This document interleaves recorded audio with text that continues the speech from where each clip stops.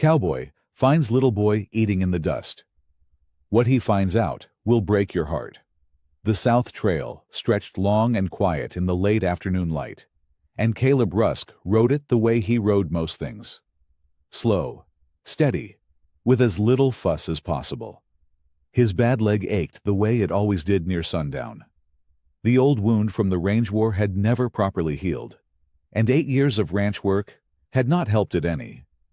He kept his left boot loose in the stirrup to ease the pressure, a habit so old now he did not even think about it.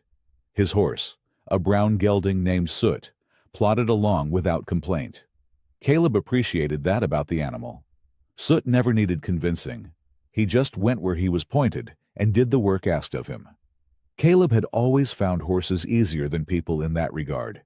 He had spent the afternoon mending a broken stretch of fence line on the Bar W's south boundary.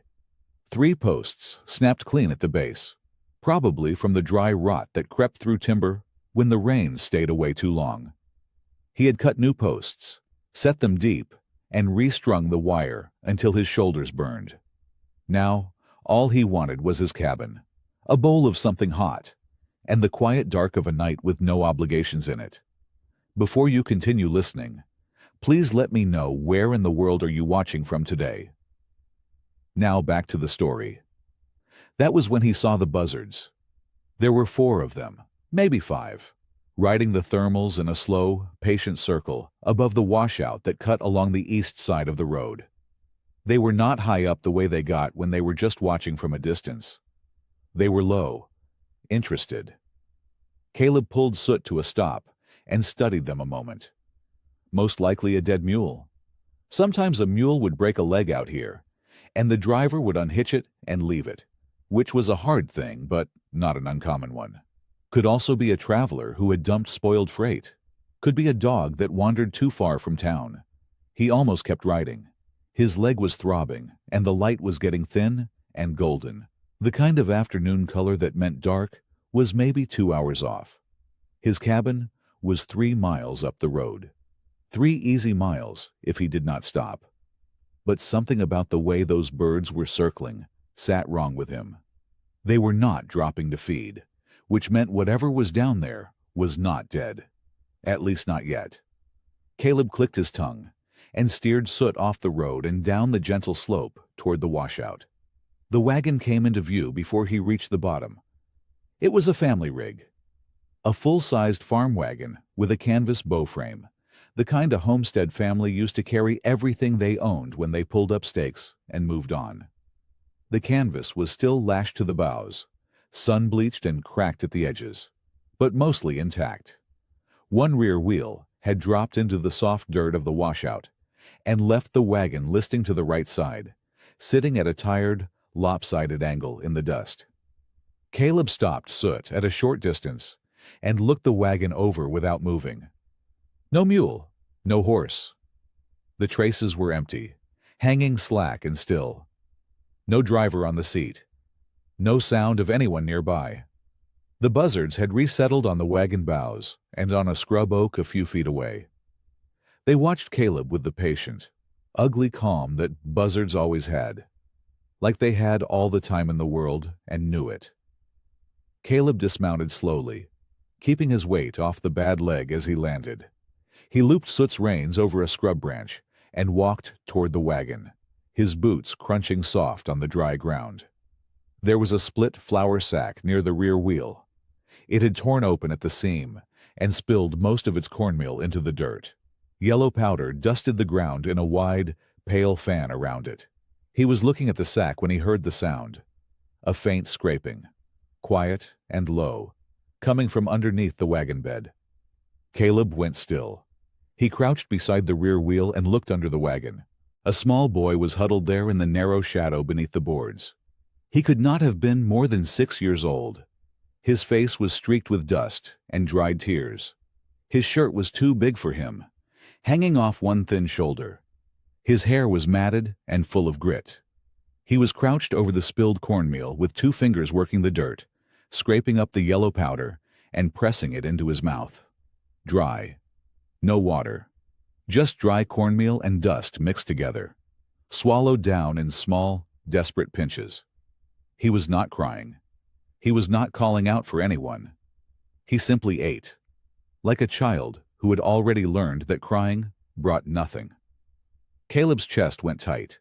He lowered himself the rest of the way to one knee, moving slow and careful the way he would approach a spooked colt. His bad leg protested with a dull, grinding ache, but he ignored it. The boy's eyes snapped up immediately. Dark brown eyes, wide and full of fear. His whole body went rigid, fingers still pressed into the cornmeal dust. Caleb did not reach for him. He did not speak right away. He just stayed where he was, one knee in the dirt, and let the boy look at him. Then, Caleb reached slowly to his side and unhooked his canteen. He held it out at arm's length, low and steady, the way you offered water to something afraid. The boy stared at the canteen. His throat moved. "Ain't poison," Caleb said. His voice came out rougher than he intended, scratched from a day of working in the dry wind. The boy's eyes flicked up to his face, then back to the canteen. He reached out with one dusty hand and took it. He drank so fast that water ran down his chin and dripped onto the dirt, and he did not even try to slow himself. When he finally stopped, he was shaking slightly, clutching the canteen with both hands. Caleb stayed where he was and waited. "What's your name, son?" he asked. The boy wiped his mouth with the back of his wrist. He looked at Caleb for a long, measuring moment. "Toby," he said. His voice was thin and dry as paper. "Toby Bell." The name landed on Caleb like a stone dropped in still water. Bell. The Bell family. He knew that name. Everybody in Blackvein County knew that name, because 2 weeks back it had passed through town on a wave of quiet gossip. Word was the Bells had packed up in the night and moved on after some trouble with unpaid mining taxes.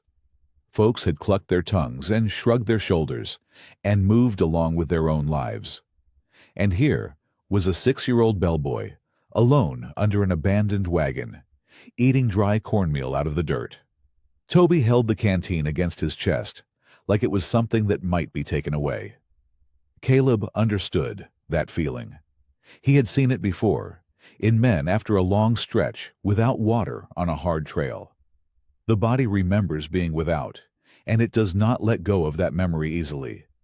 He kept his hands where the boy could see them, resting loose on his knee, and he did not rush anything. "You eaten anything else today?" Caleb asked. Toby shook his head once, small and tight. "Yesterday?" The boy looked down at the spilled cornmeal. That was answer enough. Caleb studied him carefully. The boy's lips were cracked at the corners. His cheeks were sunken in a way that no child's cheeks should be. His shirt was stiff with old sweat and trail dust, and his boots were worn so thin on the sole that Caleb could see the leather had split along one side. He was not simply hungry from missing a meal. He had been going without for a while now. "How long you been out here?" Caleb asked. Toby thought about it.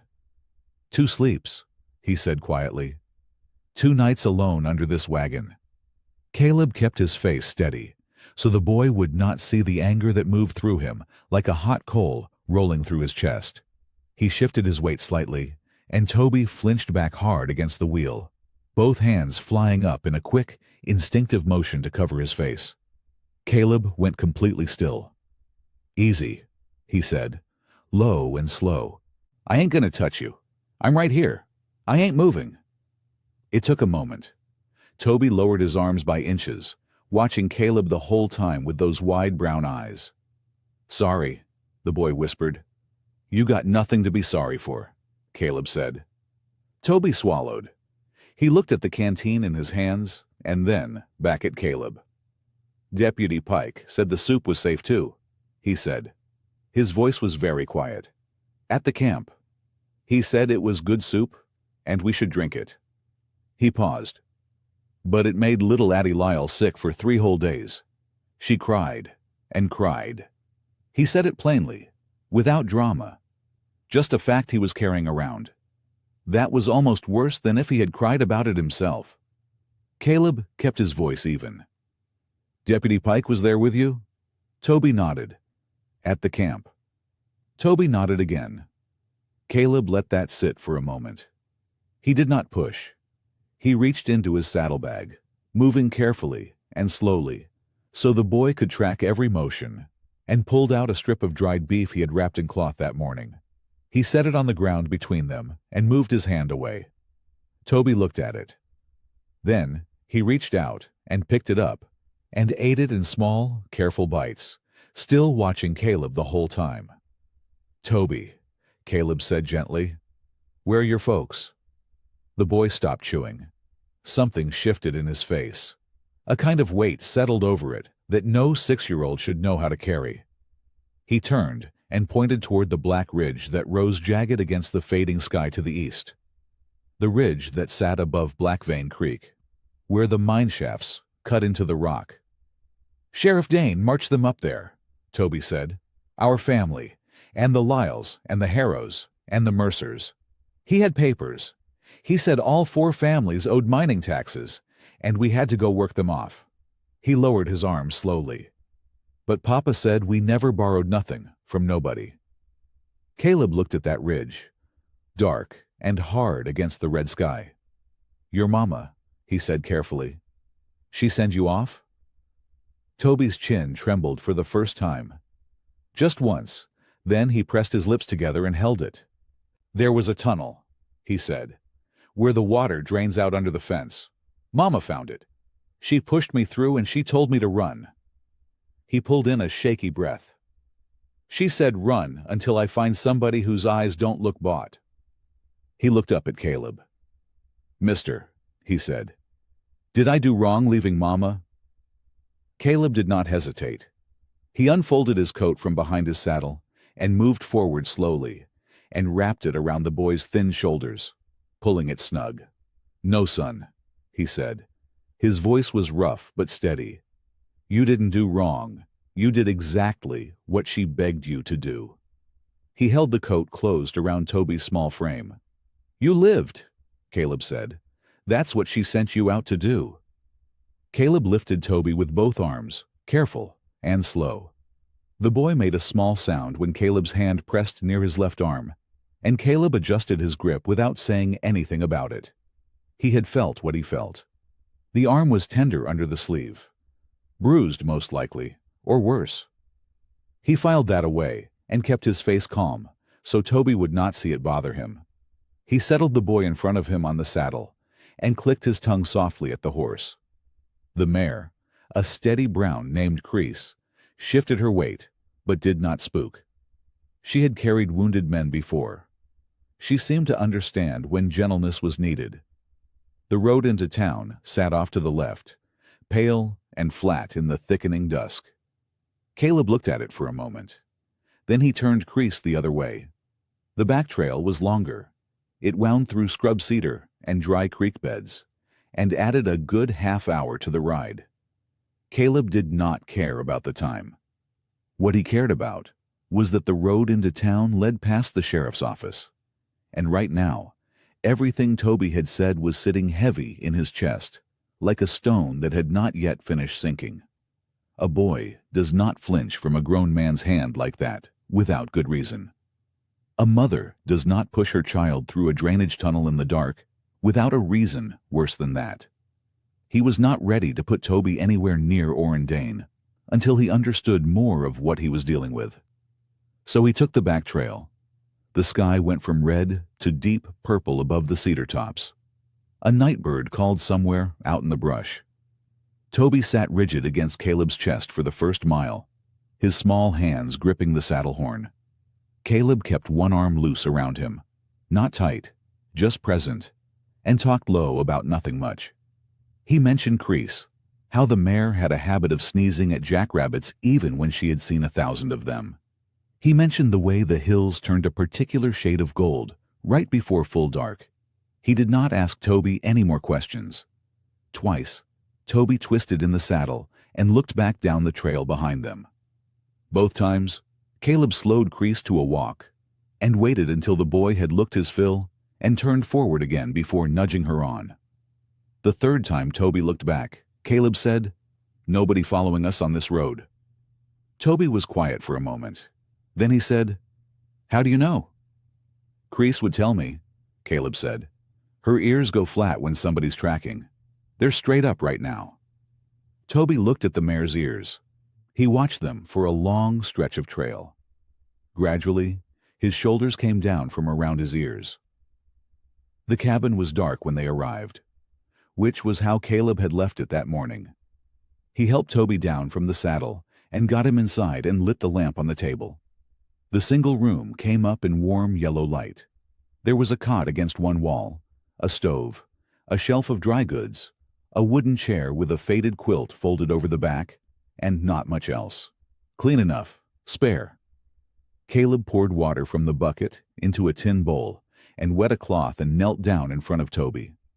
He wiped the dust from the boy's face slowly, working around a scrape on his chin and a fading mark near his temple. Toby held still for it, which told Caleb he had been cleaned up by a careful hand before. His mother's hand, most likely. He was used to being tended to. He just hadn't been in a while. Caleb got the stove going and heated broth from a pot he had left simmering that morning. He watered it down so it would not be too rich on an empty stomach and brought it to Toby with a spoon. "Small sips," Caleb said. "Don't rush it." Toby obeyed. He took each spoonful carefully, holding the warmth in his mouth before swallowing, and his eyes went soft in a way that made Caleb look somewhere else for a moment. He brought biscuits from the tin on the shelf. Toby ate one and then, with a quick sideways glance at Caleb, slipped a second one underneath his shirt.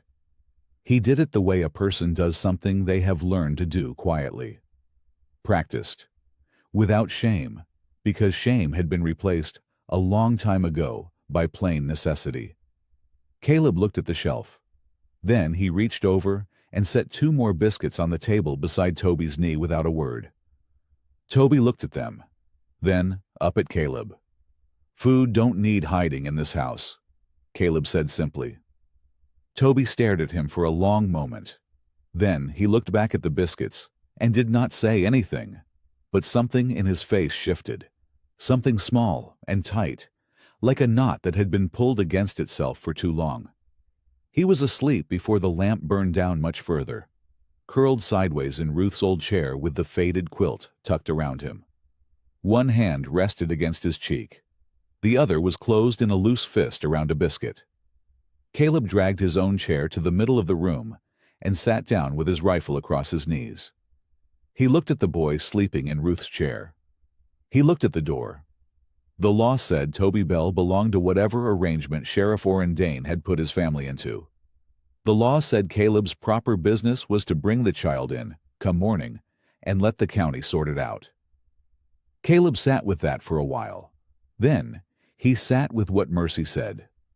The two did not agree. The wind picked up around midnight. It came in low and steady from the north, pushing against the shutters with a sound like something that wanted inside. The lamp had burned down to almost nothing, so Caleb let it go out and sat in the dark with just the dull orange glow from the stove's iron door to see by. He did not mind the dark. He had spent enough nights in it. Toby had shifted in Ruth's chair sometime in the last hour, pulling his knees up toward his chest and tucking his chin down. The quilt had slipped off one shoulder. Caleb rose quietly, crossed the room on careful feet, and pulled it back up. The boy's breathing was shallow and uneven. Not restful sleep. The kind of sleep a person falls into when their body gives out before their mind does. Caleb returned to his chair. He looked at the empty space across from him where Ruth used to sit. She had liked evenings. She would bring her mending to that chair and work by lamplight while Caleb read or just sat. And the quiet between them had never felt like silence. It had felt like something full. He had not understood what a rare thing that was until it was gone. He remembered something she had said once, not long before the sickness took her. They had been talking about the Pryor family, 3 homesteads over, who were struggling badly that winter. Caleb had said it was not his place to get involved in another man's troubles. Ruth had set down her mending and looked at him with those steady brown eyes of hers and said, A man don't have to save the whole world, Caleb, but he best not step over the one soul God lays in his road. He had thought about that line, maybe 100 times since she passed. He had spent 8 years making sure God did not lay too many souls in his road. He had kept to himself. He had taken work that kept him out on fence lines and far pastures, away from towns and people, and the particular weight of being needed. He had been careful about it, deliberate, and then tonight, he had followed a buzzard to a dusty washout and found a 6-year-old boy eating cornmeal out of the dirt. The wind shoved at the shutters again. The stove ticked. Caleb rubbed the heel of his hand against his bad leg and looked at Toby and did not try to argue his way out of what he was feeling. The nightmare came just before dawn. Toby made a sound that was not quite a cry and not quite a word, and then he made it again, louder. And then he was awake and sitting up rigid in the chair with both hands gripping the quilt and his eyes wide and wet. "Mama," he said. Just that. Like a door being closed. Caleb was already moving. He crossed the room and crouched down in front of the chair, putting himself at the boy's level the way he had done out by the wagon. He did not reach out right away. He waited until Toby's eyes found him and focused. "You're in the cabin," Caleb said. "You're all right." Toby looked around the room. His breathing came in short pulls. "She was calling me," Toby whispered. "In the dream. She was calling me back, and I couldn't find the tunnel." Caleb put one hand on the boy's knee. Awkward with it, because tenderness had been a long time away from him, and his hands felt too big and too rough for the job. But he kept it there. "That's a hard dream," he said quietly. Toby wiped his face with the back of his wrist. "Are you going to give me to the sheriff?" "No," Caleb said. He said it without hesitation, and without looking away. "I already told you that. I meant it then, and I mean it now." Toby looked at him for a long moment, deciding something. Then he leaned back in the chair and let his eyes close again. When the first gray light reached the window, Caleb made his decision. He heated the leftover broth and set it on the table with the biscuit tin and 2 blankets folded on the chair. He checked the door latch, then checked it again. He put a second piece of wood in the stove so the heat would hold.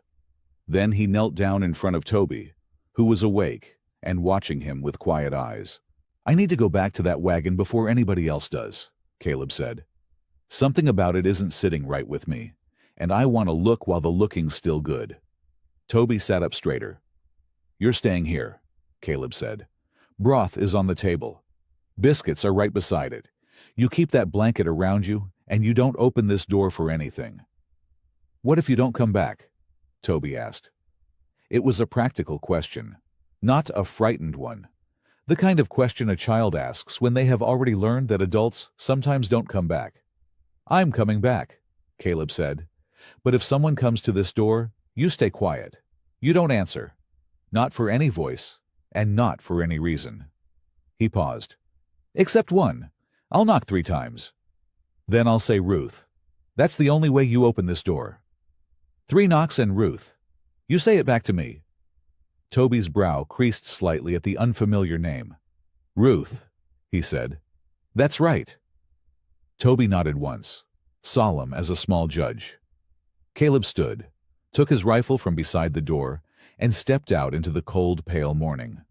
The sun had barely cleared the eastern ridge when Caleb came back down the south trail. He rode at an easy pace, unhurried, the kind of pace a man uses when he is doing something ordinary and does not mind who sees him doing it. He even called out once, low and casual, the way a man calls for a lost animal. "Hey, mule, come on now." There was no mule. There had never been a mule. But if anyone happened to be watching from the road or from the scrub brush along the washout, they would see a weathered ranch hand with a bad leg doing what ranch hands sometimes do on early mornings. Caleb had learned that trick years ago. In the range war, the men who survived longest were not always the fastest or the strongest. They were the ones who knew how to look like they belonged wherever they were standing. He slowed his horse near the washout and let the animal lower its head like it was sniffing for water. Then he climbed down slow, shook his bad leg loose the way he always had to, and walked toward the wagon with his thumbs hooked in his belt.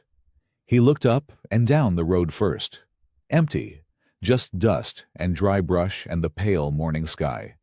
Then he started looking at the wagon the way it deserved to be looked at. The first thing Caleb noticed was what was not there. No smashed trunks. Outlaws who hit a family on the road did not sort through belongings carefully. They tore things open, scattered what they did not want, and left the mess behind like a signature.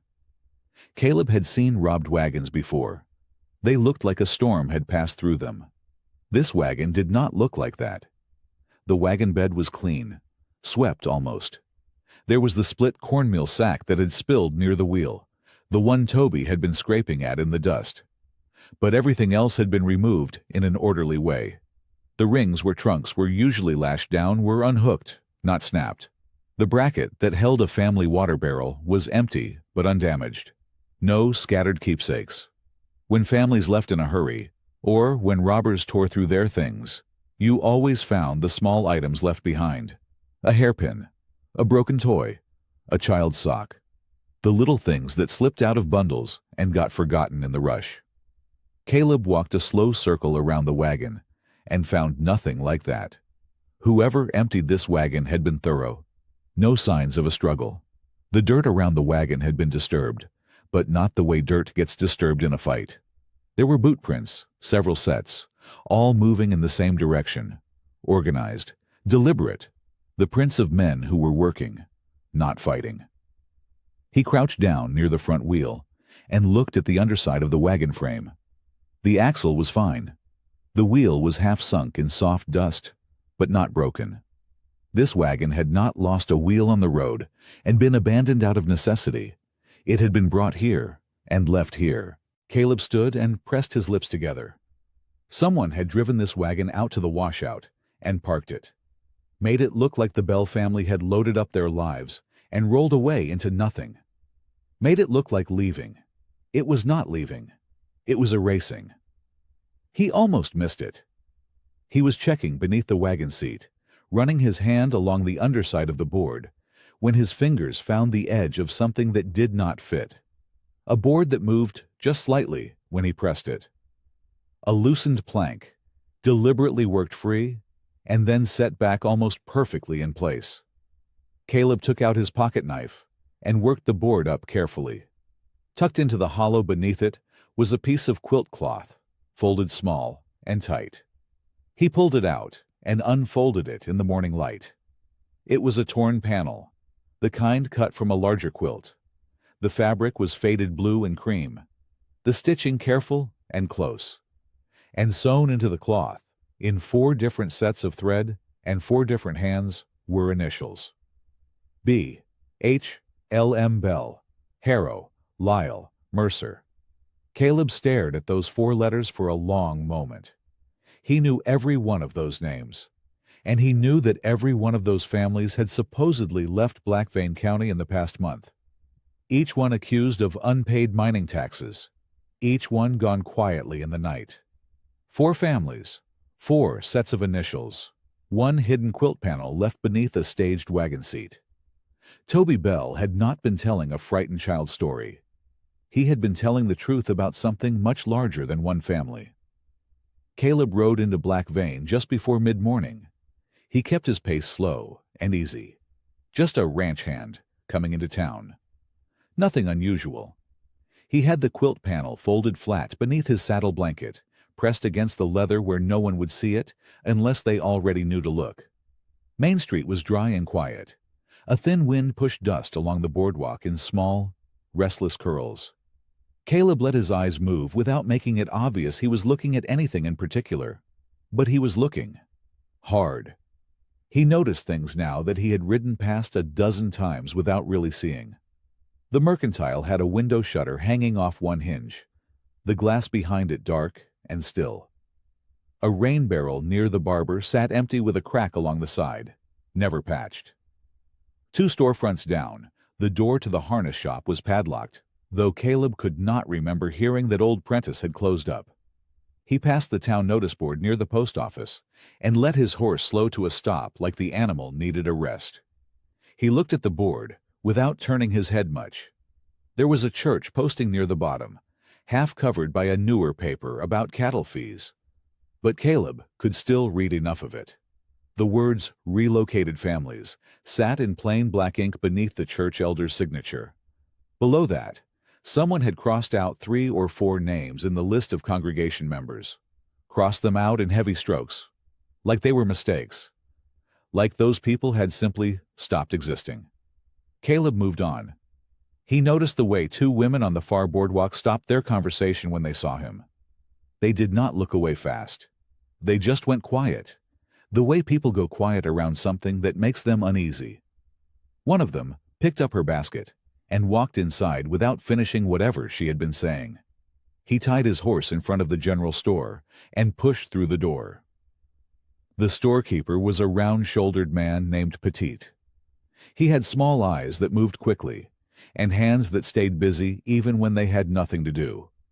When Caleb came in, Petite was restacking a row of canned goods that did not need restacking.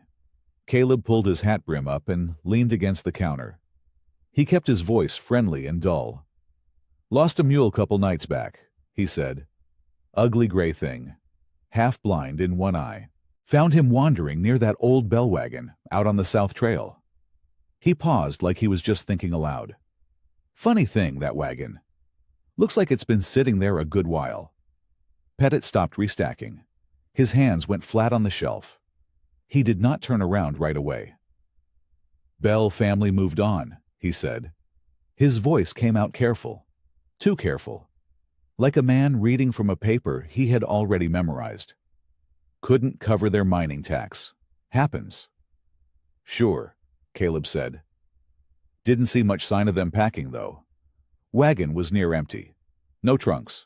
No bundles." Pettit turned around then. His face had gone a pale, waxy color, like candle tallow. "Best leave gone, folks gone, Rusk." He said it quietly, not as advice, as a warning. That's my thinking on it. Caleb held the man's eyes for just a moment longer than was comfortable. Then he nodded, like he had heard something reasonable, and walked back out into the sun. He tried the livery next. The boy there, young and thin-wristed, barely looked up when Caleb walked in.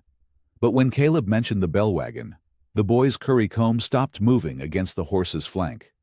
His shoulders pulled up tight toward his ears. He said he did not know anything about any wagon, and went back to his brushing with the stiff, mechanical movements of someone pretending to be invisible. Caleb did not press him. He had learned enough already. People in this town were not ignorant. They were scared. Miriam Vale's schoolhouse sat at the east end of Main Street, set back from the road behind a low fence. The yard was quiet. No children outside, though it was a school morning. Caleb could hear a soft voice inside reciting something in a steady rhythm. He knocked, and the voice stopped. Miriam opened the door herself.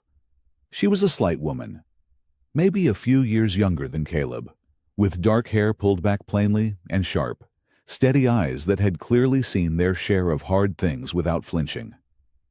She looked at Caleb, the way a schoolteacher looks at a stranger who comes to her door during lessons, patient, measuring.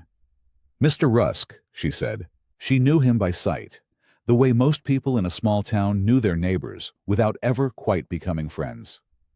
"Miss Vale." Caleb took off his hat. "I was hoping for a word. Private." She studied him for a moment, then stepped aside. The schoolroom was neat and warm, smelling of chalk dust and pine resin from the stove. A handful of children sat at their benches watching Caleb with wide eyes. Miriam dismissed them for an early recess without explanation and waited until the door closed behind the last one. Then she stood with her hands folded in front of her and looked at him. Caleb said, "Toby Bell." Her hands tightened against each other, just slightly, but he saw it. "I found him yesterday," Caleb said. "Out by the abandoned wagon on the South Trail. He was eating cornmeal out of the dirt." Miriam said nothing, but her jaw tightened, and her eyes went bright in a way that had nothing to do with happiness. Caleb looked around the room slowly.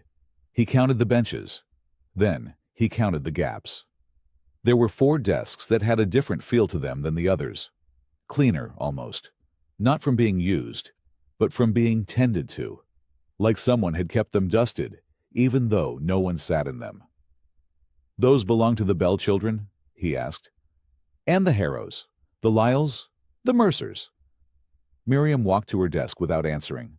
She opened the bottom drawer and took out 4 small slates, stacked together carefully. She set them on top of the desk, one at a time. Each one had a name scratched in the corner: Bell, Harrow, Lyle, Mercer. She pressed her fingertips against the top slate and did not speak. Caleb reached into his coat and drew out the folded quilt panel.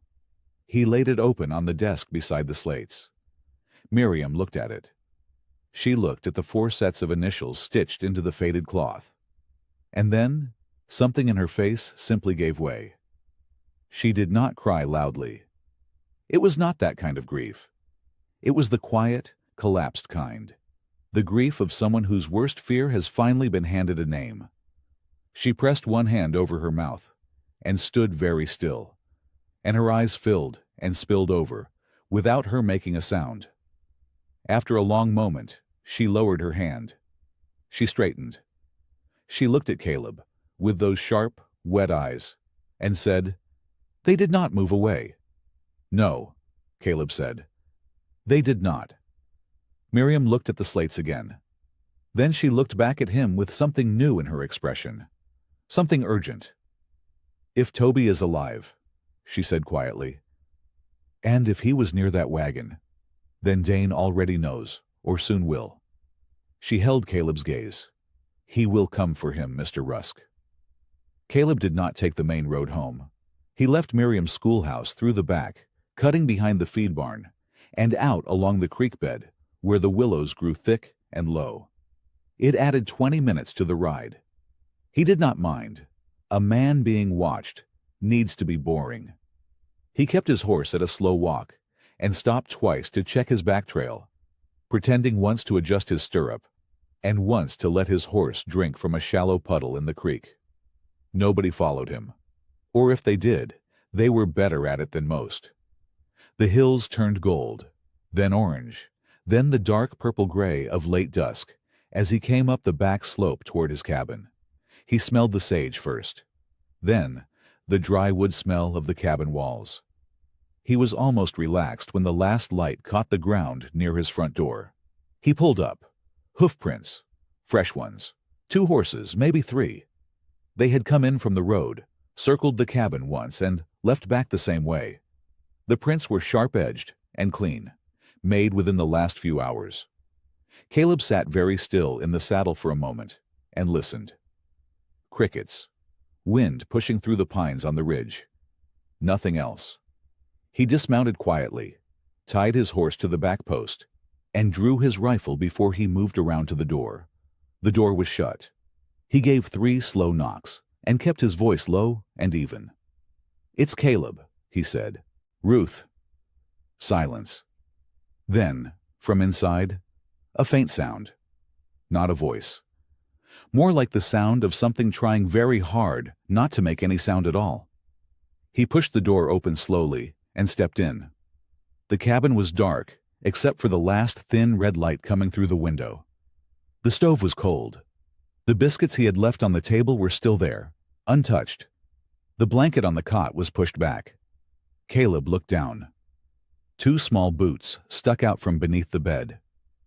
"Toby," he said quietly. "It's me. I'm alone." The boots did not move right away.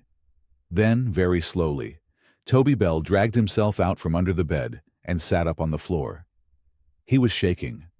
Not a little. The kind of shaking that goes all the way through a person.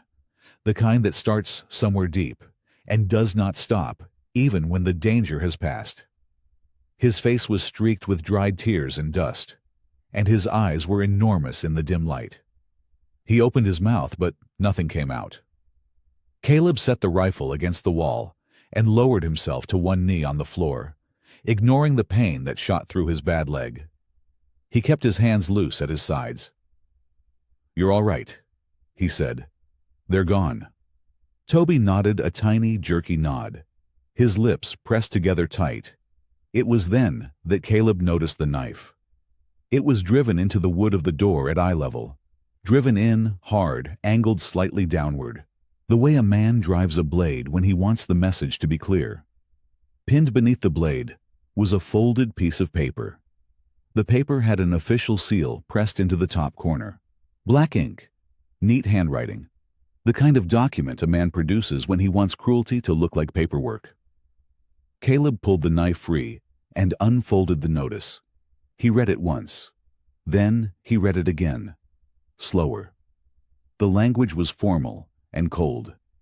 It declared Tobias Bell an escaped dependent of a lawful debt labor household operating under the authority of Black Vein County.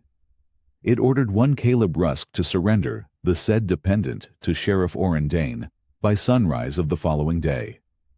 It warned that failure to comply would result in Caleb's arrest on charges of interfering with lawful county business and harboring stolen property. Stolen property. Those two words sat on the page like a brand. Caleb lowered the paper slowly. He could feel his jaw tightening. He could feel something hot and quiet moving through his chest, the way a fire moves through dry grass. Not rage exactly. Something older and steadier than rage. Toby had crawled to the edge of the cot and was sitting with his knees pulled up to his chest and his boot heels pressed flat against the floor. He was watching Caleb with those wide, careful eyes. Waiting. "Are you going to give me back?" Toby asked. His voice was barely anything. Just breath shaped into words. Caleb looked at the boy. He looked at Ruth's empty chair beside the stove, sitting exactly where it had always sat, like it was still waiting for someone to come home. He looked at the quilt panel folded on the shelf above the fireplace. Those 4 sets of stitched initials. BHLM. 4 families that a piece of paper had tried to make disappear. Then he looked back at Toby. He walked to the stove, opened the iron door, and pushed the notice inside. The paper curled and caught and turned to flame and then to nothing. He shut the stove door and turned around. "No child is property," Caleb said. His voice was low and level and did not waver. "Not in this house." He looked straight at Toby. "Not while I'm breathing." Caleb did not sleep. He sat beside the stove with his rifle across his knees and his eyes moving between the door and the boy. Toby had finally drifted off on the cot, curled tight beneath a blanket, one hand pressed flat against the mattress like he needed to feel something solid underneath him. His breathing was ragged at first. Then it smoothed out. Then it was just quiet, small and steady. Caleb watched the dark outside the window and thought about sunrise. Dane would send men. Maybe come himself. The notice had a deadline written right into it, clean and official. The kind of language a man uses when he has already decided what happens next. Caleb had burned the paper, but the order behind it was still standing. Come sunrise, the cabin would not be safe. He made his decision before midnight and spent the dark hours preparing without waking the boy. He filled his saddlebag with biscuits wrapped in cloth, a small tin of salt pork, and his water canteen. He banked the stove low so the cabin would not look abandoned, but would not draw smoke either. He rolled the quilt panel and tucked it deep inside the saddlebag beneath the food. He checked his rifle twice, counted his shells, and set out the boy's boots near the cot so they would be easy to reach. An hour before dawn, he woke Toby. He did it gently, one hand on the boy's shoulder, a soft word first. Toby came awake fast and frightened, the way children do when they have been sleeping in fear. His eyes went wide and his body went rigid, and for one sharp second he looked at Caleb like he did not know him.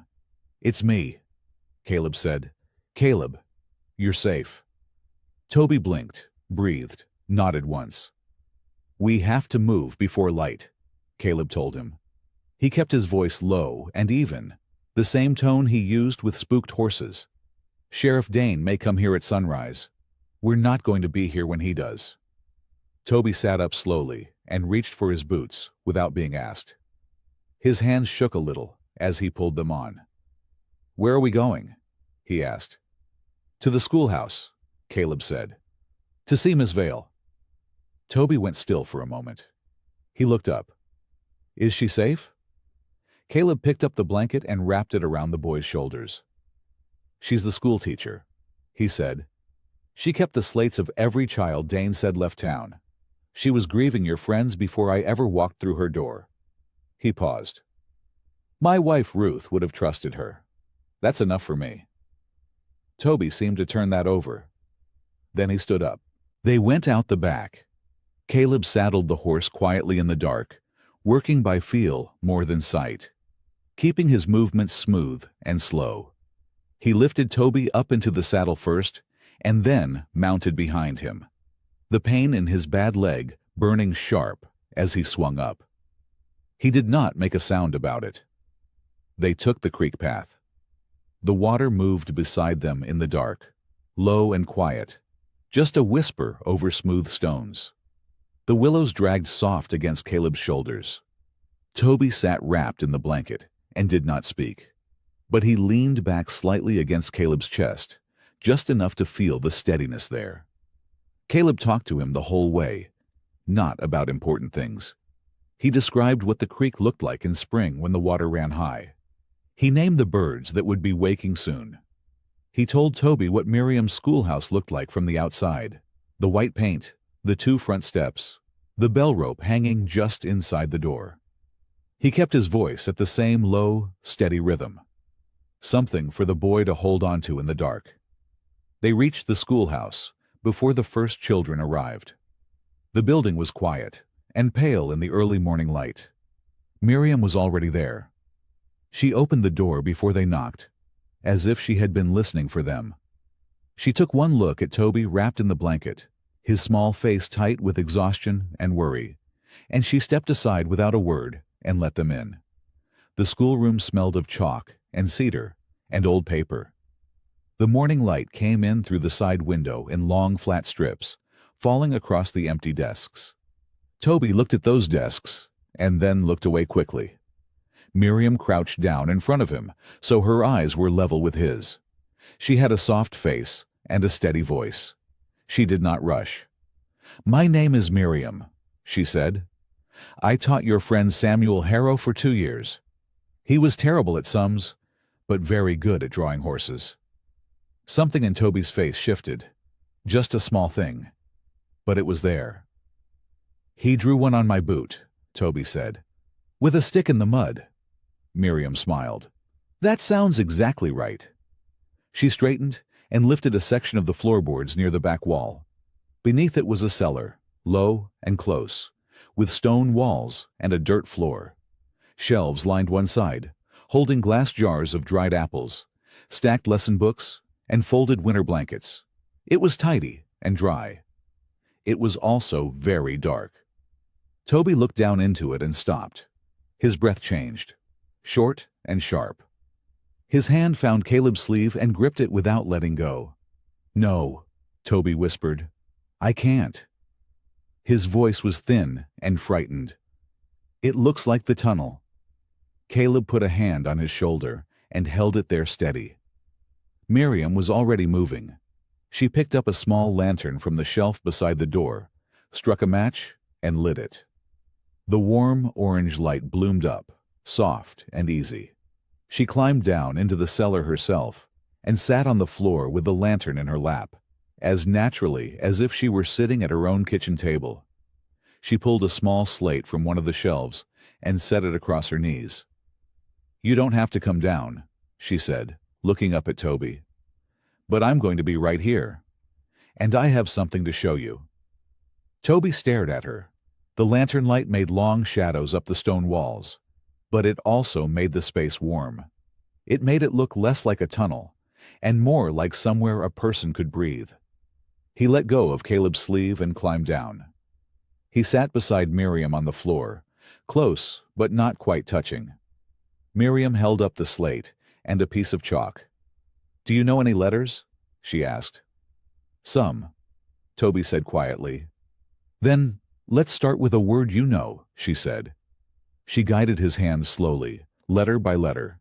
M, then A, then M, then A again. Toby stared at the word on the slate for a long moment. Then he pressed the chalk against the board and wrote it again himself, harder, like he was trying to press the word somewhere that would hold it. Mama. Caleb stood in the doorway above them and watched. He watched Miriam sit patient and steady in that small lantern circle. He watched Toby's shoulders slowly drop away from his ears. He watched the boy's grip loosen on the chalk until he was holding it like it was just chalk and not something he was afraid of losing. He had thought feeding the boy was the most important thing. He was beginning to understand it was not enough. Food filled the body. But this, the stillness, the light, the soft voice teaching letters in a borrowed cellar, this was filling something else. Something that hunger of a different kind had hollowed out. Toby needed to feel safe. Not just protected. Safe. Amos Creed's shop sat at the far end of Main Street, back behind the feed store, where the sound of hammering would not rattle the windows of the bank. It was a wide, low building with an open front wall and a packed dirt floor darkened by years of coal dust and oil. The forge burned hot even in the morning, and the smell of hot iron and scorched leather drifted out into the street before Caleb even dismounted. He tied his horse at the post and walked in slow. Amos was at the anvil, working a wagon rim with a heavy hammer. Each strike rang out clean and sharp. He was a big man in his 60s, broad through the shoulders, with a thick gray beard and arms that had been built by decades of hard use. He did not stop when Caleb walked in. He finished his stroke, set the hammer down, and looked up. "Rusk," he said, not unfriendly, not warm. "Amos," Caleb said. He moved to the side of the forge, where it was easier to talk without shouting over the heat. He let the silence sit for a moment. He had learned a long time ago that a man who talked too soon usually said less than a man who waited. Amos picked up his hammer again. "You need a shoe set? Hinge fixed?" "Neither," Caleb said.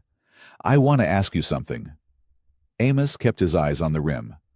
"Ask it then." Caleb kept his voice even. "You done any iron work for Sheriff Dane lately? Fittings, hardware, anything out to Black Vein Camp?" The hammer slowed.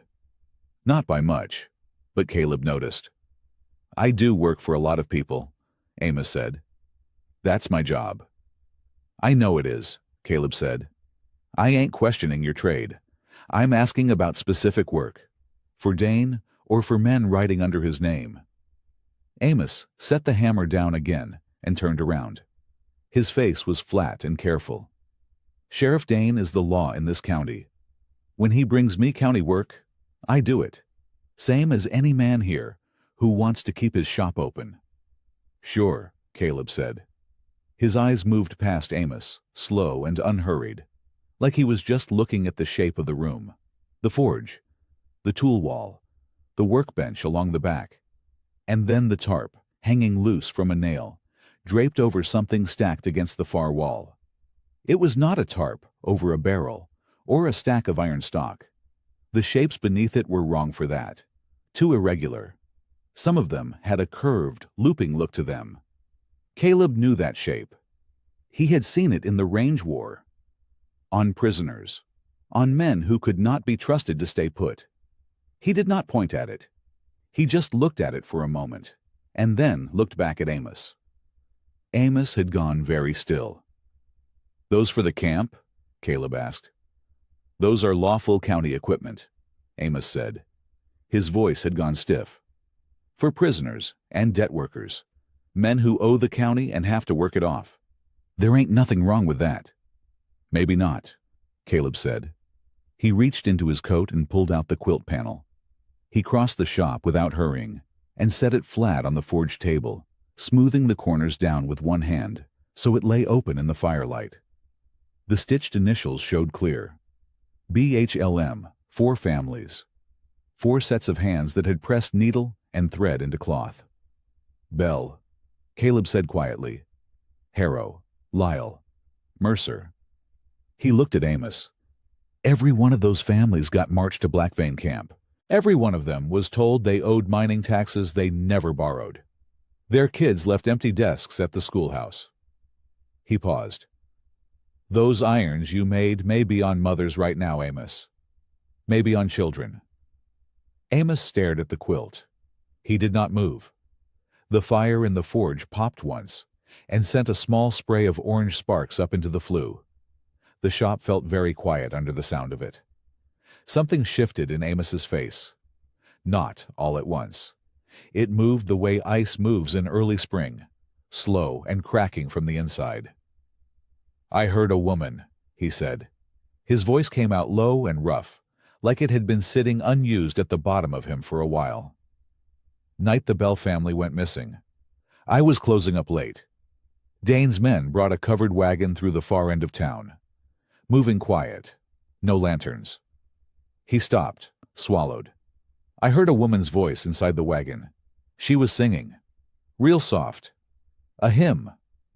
He looked down at the quilt. I figured she was singing to calm herself. Frightened woman. Debt trouble. I told myself it wasn't my business. His jaw tightened. I told myself a lot of things. Caleb did not say anything. He let the man carry it for a moment. I repaired shackle links for Dane 3 times this year, Amos said. Wagon fittings too. He said they were for holding dangerous men. Men who had defaulted and turned hostile. He looked up. His eyes were red at the edges. I believed it because I wanted to believe it. I know, Caleb said. That woman in the wagon, Amos said, barely above a whisper. She was singing so her children wouldn't cry. He pressed one wide hand flat against the forge table, beside the quilt. That was Clara Bell, wasn't it? Caleb nodded. Amos stood there, with his hand on the table, and his head down, and his breathing came heavy and slow, the way a man breathes when something is breaking in him that needed to break a long time ago. Then he straightened up. He pulled his hand back, and something in his face had changed. The flatness was gone. What was underneath it was not soft. It was harder than before, but it was honest. What do you need from me? He said. The sun had climbed high and mean by the time Caleb left Amos's shop. The street was quiet in the way that a street gets when people are watching from behind curtains instead of standing outside. Caleb felt the eyes on him. He did not hurry. He walked his horse down to the far end of Main Street and tied her at the water trough 2 buildings down from the jail. Then he stood in the narrow strip of shade beside the harness shop and waited. He did not have to wait long. Deputy Eli Ward came out of the jail about 20 minutes later, carrying a tin cup of coffee and squinting against the afternoon light. He was young, maybe 25, with a clean-shaven face and a badge that still caught the sun, like he polished it regular. He was not a mean man. Caleb had decided that much already. Mean men moved different. They had a looseness about them, like they were always ready to enjoy something going wrong for somebody else. Eli moved careful and tight, like a man who was always hoping nothing would happen. Caleb stepped out of the shadow. Eli saw him and stopped walking. The coffee tilted a little in the cup.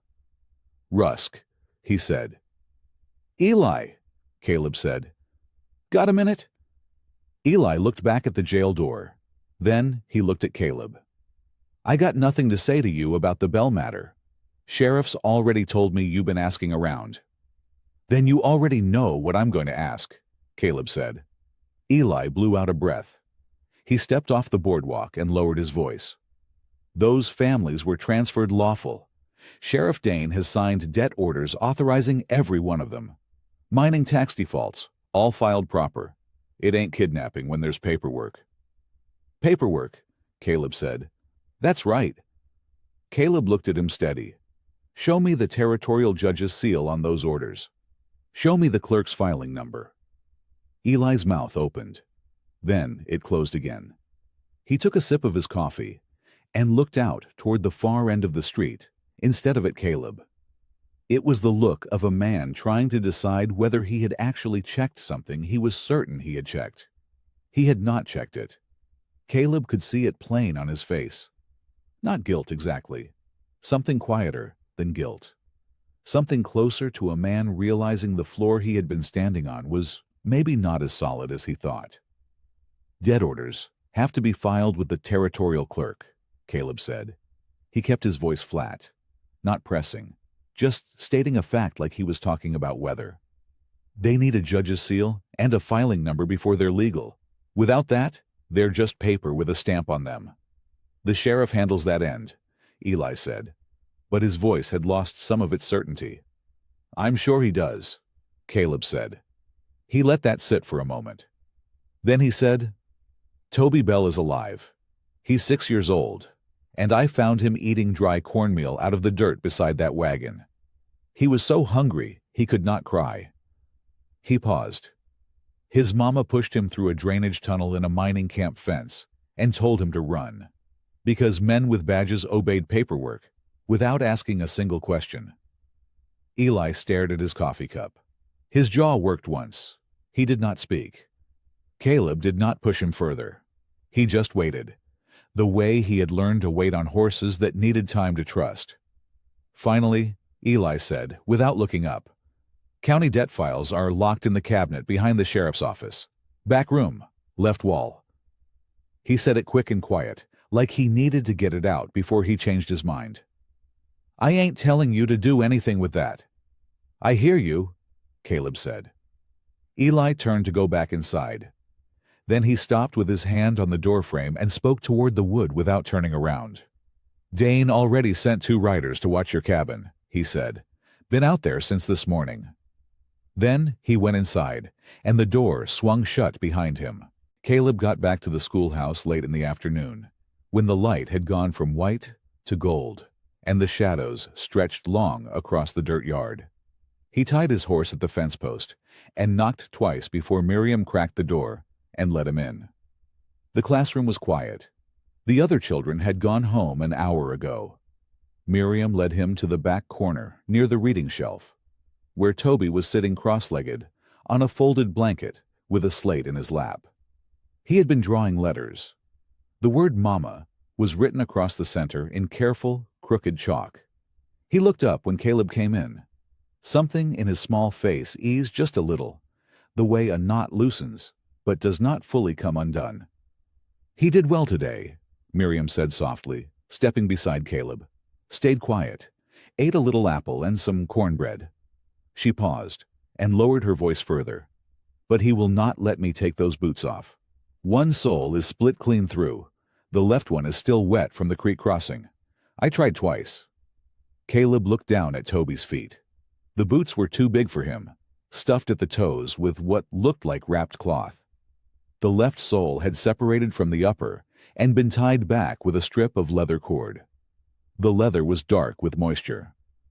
"Let him keep them," Caleb said. Miriam glanced at him. "His foot will blister." "I know." Caleb crouched down to Toby's level. "We're heading back to the cabin soon. You ready?" Toby tucked the slate under his arm like it was something worth keeping. "Is the sheriff coming?" "Not tonight," Caleb said. "I got us a route he won't be watching." Toby stood up without another word and reached for Caleb's hand. Caleb had not expected that. He felt the small fingers close around 2 of his, and he stood up slowly and did not say anything at all. They left the schoolhouse by the back pasture gate, Miriam watching from the doorway, until they disappeared into the tall grass. Caleb kept the horse to a slow walk and held Toby in front of him in the saddle, low and close. the blanket pulled up around the boy's shoulders, so that from the road, they would look like nothing more than one rider moving through the evening. The sky turned the color of peach skin, and then deep rose, and then a dark, quiet blue. Crickets started up in the grass. An owl called once from somewhere in the cottonwood breaks near the creek. Toby did not speak the whole ride, but he did not look behind them either. That night, Caleb let the boy sleep on the cot near the stove, while he took the chair by the window. He kept the lamp turned low. The cabin smelled like wood smoke and dried sage, and the last of the broth he had warmed for supper. He was dozing when Toby cried out. It was not a loud sound. It was the kind of cry that comes from deep inside a nightmare before the dreamer even knows they are asleep. A strangled little sound, like something being pressed down. Caleb was out of the chair before he was fully awake. Toby was sitting up on the cot, with both hands gripping the edge of the blanket, his eyes wide and wet, and still half inside whatever place the dream had put him. "Don't let Mr. Griggs take her below," he gasped. "Please. He takes them below and they don't come back right." Caleb sat on the edge of the cot. "Hey," he said quietly. "Look at me. Look right here." Toby's eyes found his face. "You're in my cabin," Caleb said. "Mr. Griggs is not here. Your mama is not here either, but we are going to fix that. I promised you that, and I meant it." Toby trembled for a long moment. Then he exhaled, a shaky, shallow breath, and leaned sideways until his head rested against Caleb's arm. They sat like that for a while. The stove ticked softly. The lamp flame barely moved. After a time, Toby lifted his head and looked down at his wet boot. He stared at it for a long moment. Then, without a word, he reached down and pulled both boots off and held them out toward Caleb. It was the most trust he had shown since the wagon. Caleb took them gently and set them near the stove to dry, propped open so the heat could get inside. He turned the left one over to check the split sole, thinking he might be able to stitch it in the morning. Something slipped out of the torn lining and fell against the floor. It was a folded packet of papers, thin but heavy in the way that important things are heavy. The edges were soft with wear, like they had been handled and refolded many times before being hidden. Toby was off the cot in an instant, grabbing for them with both hands. "That's Mama's," he said, his voice sharp with panic. "Don't, that's hers." Caleb held the packet gently, not opening it, just holding it steady. "Easy," he said. "I'm not taking it." Toby's chin wobbled. "She put it there before she pushed me through the tunnel. She said I had to keep it safe even if I didn't know what it was. She said it was the thing that would make somebody believe us." Caleb looked at the boy's face for a moment. Then he looked at the packet. "Can I open it?" he asked. Toby pressed his lips together hard. Then he gave one small nod. Caleb unfolded the pages carefully. There were 6 sheets, covered front and back in tight columns of handwritten figures. At the top of the first page, in faded ink, were the words, "Black Vein Mine, Labor and Wage Register." He read slowly, moving his finger down the columns. The names were there: Bell, Harrow, Lyle, Mercer. Each one listed as a contracted laborer, with weekly pay recorded beside their name. But the wages were never paid out. Column after column showed the earnings being redirected. Transport fee, tool charge, guard maintenance, camp supply levy, tax recovery assessment. Every dollar earned by every family was eaten up by fees before a single cent could reach them. And at the bottom of each page, in a different hand, a set of initials appeared beside a final transfer figure. OD Receiving Account. Orrin Dane. The families were not working off debt.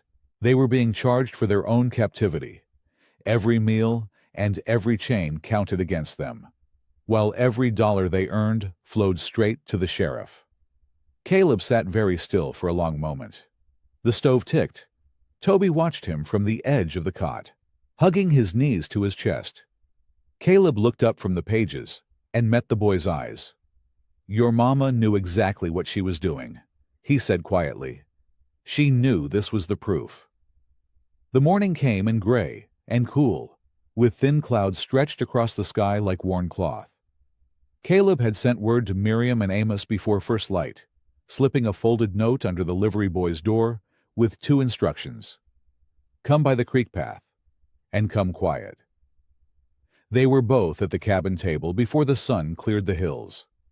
Toby was asleep in Ruth's old chair near the stove, wrapped in the quilt, his bare feet tucked beneath him. His boots sat propped by the stove where Caleb had left them the night before.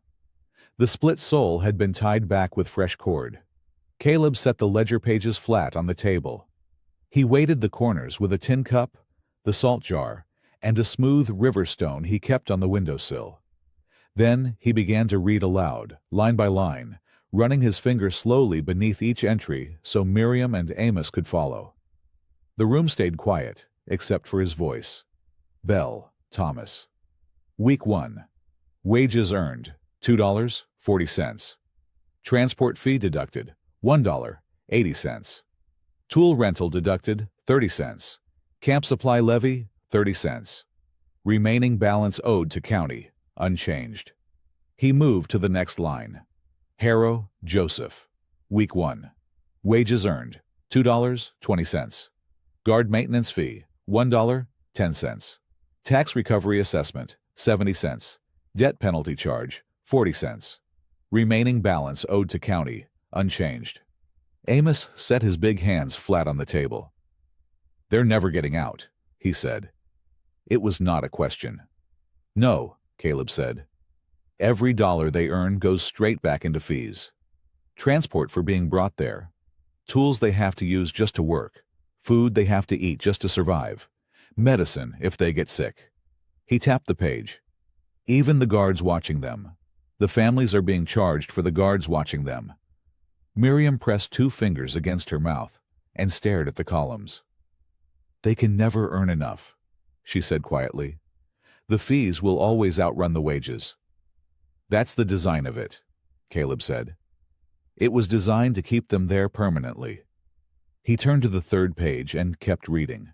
The names continued. Lyle, Martin, Mercer, Francis. Women listed alongside their husbands. Older children listed separately with their own wage column, and their own deductions running behind. Amos made a low sound in his chest when a child's name appeared. He did not say anything. He just sat there with his jaw tight and his eyes moving slowly down the page. Caleb reached the bottom columns on the 4th page, where the wage transfers were recorded. Each line ended with the same mark beside the final figure. It was not a signature exactly. It was more like a symbol, 2 diagonal lines crossing a single vertical stroke, written small and quick. The kind of mark a man makes when he does not want his full name on something, but still wants to know his money is moving where he told it to go. Amos leaned forward. He stared at that mark for a long moment without speaking. His thick finger hovered over it without touching the page. "I've seen that," he said. Caleb looked at him. "Where?" "Victor Sloan." Amos sat back slowly. "The mine investor. He came through my shop twice, maybe 3 years back, wanting wheel repairs on his freight wagons. He paid with notes. His own notes, not bank drafts. That mark was on every one of them." Amos tapped the side of his temple. A man remembers a mark like that when he's not sure if the note is good. Miriam looked from Amos to Caleb. Something shifted in her expression, like a door opening onto a room she had not wanted to enter. "Dane is not collecting debt for the county," she said slowly. "He is not enforcing any lawful tax claim." She looked down at the ledger pages. "He owes Sloan money, gambling money, and he is paying that debt back by delivering families to work in Sloan's mine." The words settled over the table like dust after a hard wind. Caleb nodded once. "We need witnesses," he said.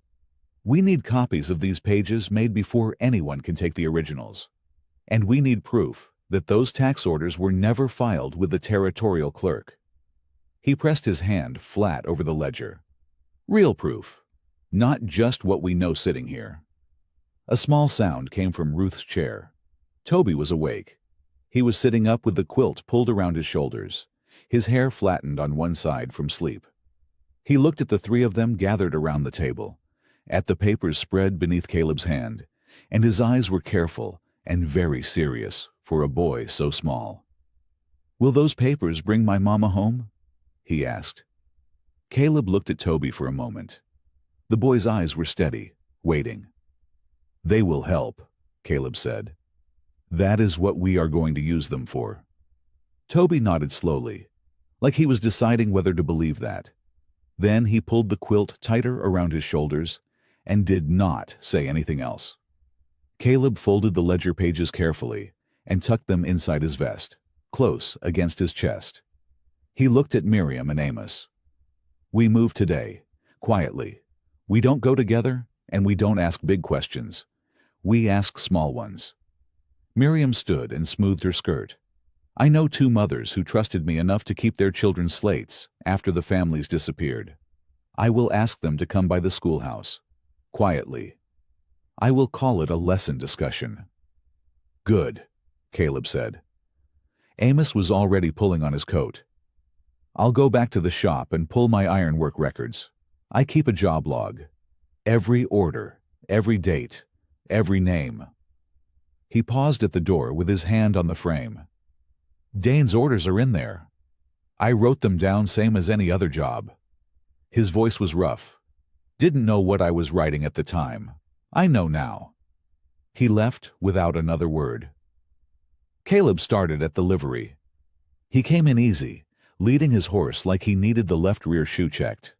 The livery boy was young, maybe 17, with quick eyes and nervous hands. He started working the shoe without being asked, which told Caleb the boy was trying to stay busy enough to avoid conversation. Caleb leaned against the post and spoke to the ceiling. "Funny thing about the Bell wagon," he said. "Tracks near it looked like somebody had swept them." The boy did not look up. "Wagons churn up a lot of dust." "Sure," Caleb said, "unless somebody walked through them on purpose, scuffed them up, muddied the direction." The boy's hands slowed just slightly. Then he kept working. Caleb did not push. He picked up his horse and paid and left. At the mercantile, the storekeeper met him with the carefully blank expression of a man who had decided ahead of time what he would and would not say. Caleb bought a small sack of dried beans and mentioned he had been seeing a lot of flour wagon traffic heading toward the old mining road last month. The storekeeper stacked coins without looking at him. "Mining operations need supplies." "4 times the usual amount?" Caleb asked. A long pause. "I fill orders. I don't ask what they're for." Caleb put the beans under his arm and walked out. The undertaker was different. He was an older man, thin and precise, who sat behind a narrow desk with a handwritten ledger of his own.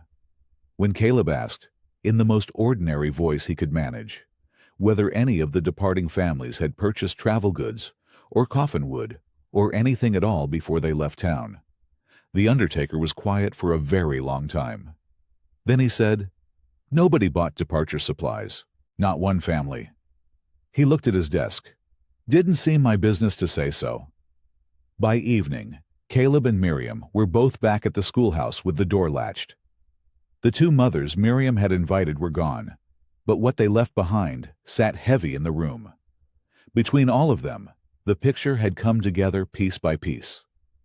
Extra flour, 4 times the regular order, sent up the mining road over 3 separate weeks. Wagons heard moving at night, canvas covered, with sounds that could have been children crying, but that people told themselves were other things. Tracks near the Bell wagon that the livery boy admitted in a whisper he had helped muddy at the sheriff's instruction. A neighbor of the Harrow family who had seen lanterns moving through the backfield the night they disappeared and had said nothing because Dane had already warned her about an outstanding land notice against her property. Caleb had expected ignorance. He had told himself the town simply did not know. Miriam sat across from him with her hands folded on the desk, and she said what he had not let himself say out loud yet. They knew enough. Most of them knew enough to be afraid of what they suspected, and that was enough for Dane. She looked at Caleb steadily. Private guilt will not free those families. The whole town has to face the truth together. The church was dark, except for one small lantern Amos had set on the floor near the front pew. He had shuttered it low, so the light would not reach the windows. From the outside, the building would look empty. Caleb arrived first. He sat in the second pew, with his bad leg stretched out and the ledger pages folded against his chest. He listened to the wind move through the eaves and thought about Toby, back at the cabin, asleep under Ruth's old quilt with a biscuit tucked beside his hand. Miriam came next, carrying the quilt panel wrapped in brown paper. She set it on the pew beside her, and folded her hands, and did not speak. She did not need to. The quiet between them was the kind that meant both people were thinking the same hard thoughts. Amos came in through the side door, pulling it shut softly behind him. His big hands were still smudged black from the forge, even though he had tried to scrub them. He lowered himself onto a pew across the aisle and set his elbows on his knees and stared at the floor. Eli Ward slipped inside a few minutes later. He was young enough that trying to look calm only made him look more nervous. He carried a folded paper pressed tight against his side, like he was afraid someone might see it even in the dark. He sat near Miriam and placed the paper on his knee without unfolding it. They all waited. The side door opened again, and Pike stepped in. He was not quiet about it. He pulled the door a little too hard, then caught it, then stood in the dark entry for a moment, like he was deciding whether to stay. He smelled of whiskey. Not drunk, but fortified. The kind of drinking a man does when he knows what the night is going to ask of him. He did not sit. He stood at the end of the aisle, with his arms crossed, and looked at Caleb. "I believe the orders were lawful," he said. His voice was low, but it had an edge in it. "I want that said first before any of you start in." "Said," Caleb answered. He kept his voice even. "I escorted those families because I was told they owed back mining taxes. I was told the camp was a legal work arrangement." Pike's jaw tightened. "I didn't ask what I should have asked. But I believed what I was told." Nobody argued with him. Nobody agreed either. Pike finally moved to the far end of the back pew and sat down heavily. Caleb waited a moment. Then he reached into his vest and set the ledger pages on the flat of the pew in front of him. He smoothed them out one at a time in the small circle of lantern light. Eli unfolded his paper and set it beside them. Miriam unwrapped the quilt panel and laid it open at the end so the stitched initials caught the light. 4 names: Bell, Harrow, Lyle, Mercer. The church was very quiet. Eli leaned over the dead order he had copied. His finger moved down the page slowly. Then it stopped. He looked up at Caleb. "There is no filing number on this order." His voice was careful, like a man testing ice. "Every order that goes through the territorial clerk gets a number stamped on it. This one doesn't have one." Caleb looked at him. "Meaning?" "Meaning it was never filed with the court." Eli sat back. "Meaning there is no lawful record of it anywhere but Dane's own office." From the back pew, Pike leaned forward. His eyes had dropped to the ledger pages. He was looking at a mark in the margin beside one of the payment columns. A small diagonal scratch with 2 short lines crossing it, made in pencil, like something written fast and meant to be private. "That's Dane's gambling marker," Pike said. His voice had changed. The edge was gone. What was left was something quieter and heavier. He looked at Caleb. "I've seen that mark on notes he carries. He owes money. Real money." He paused. "To Victor Sloan." The morning came in pale and cool, with thin clouds stretched across the sky like worn cloth. Miriam had sent quiet word the night before. No notices, no public announcements. Just a soft knock on 3 doors and a whispered ask, "Come to the schoolhouse," before the day gets loud. By 8:30, 7 women and 2 fathers sat on the wooden benches inside. They held their hats or their hands in their laps and spoke in low voices. Some of them knew each other well. Some only nodded. All of them had the same careful look, the one people wear when they want to know something, but are not yet sure they are safe to hear it. Caleb stood across the street in the narrow gap between the feed store and the harness shop. He kept one shoulder against the wall and watched the street in both directions. His bad leg was stiff from the cold, but he did not shift his weight. He just watched. Inside, Miriam stood at the front of the room near the blackboard. She had set the quilt panel on her desk, where everyone could see it. She did not start with it. She started with the desks. She walked slowly down the row of empty seats and touched each one. 4 desks, 4 names. "These children sat here," she said. "I know their handwriting. I know what they like to read. I know which ones sang too loud during morning prayer and which ones were afraid of thunder." Her voice was gentle, but it did not waver. They did not move away. We all know they did not move away. The room stayed quiet, but it was a different kind of quiet than before. Not the quiet of people who had nothing to say. The quiet of people who had been holding something heavy for a long time and were beginning to feel its weight in their arms. Toby was behind the door that led to the cellar stairs. Miriam had told him he could stay there as long as he needed. She had not asked him to come out. Then she said the names aloud. Bell, Harrow, Lyle, Mercer. There was a small sound near the back door, a creak, then a pause. Then Toby appeared in the doorway, barefoot, holding the small slate against his chest. The word he had written was facing inward, so only he could see it. Miriam looked at him. She did not move toward him or wave him forward. She only met his eyes and waited. Toby stood in the doorway for a long moment. He looked at the faces in the room. Most of them were strangers to him. But none of them were wearing a badge, and none of them were looking at him the way Mr. Griggs used to look at people he wanted to frighten. He stepped forward. His voice was small, but the room was small too, and every person in it leaned slightly toward him as he spoke. He told them about the fence around Black Vein Camp and the sound it made when the wind hit it. He told them about the children he had seen there. He said their names one at a time. Josie Harrow, the 2 Lyle boys, Baby Mercer, who was too little to understand why her mama cried at night.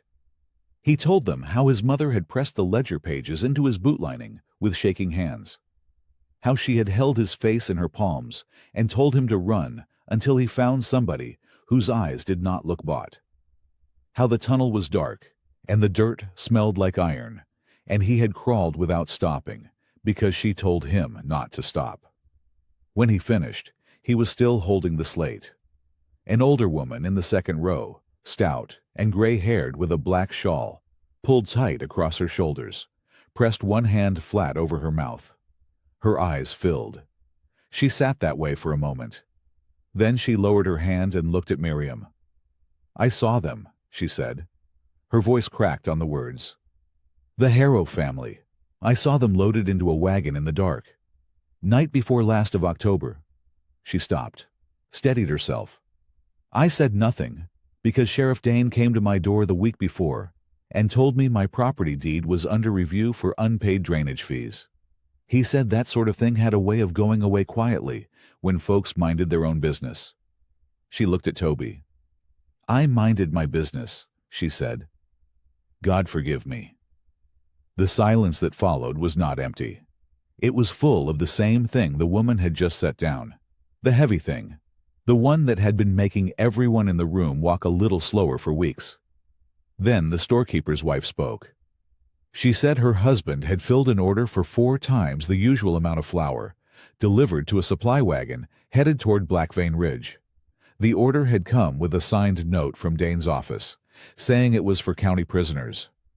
A young father, near the back, said the livery boy had told him the morning after the Bell wagon appeared on the trail that someone had paid him to drag a tree branch across the wheel ruts so they would not read like a forced march.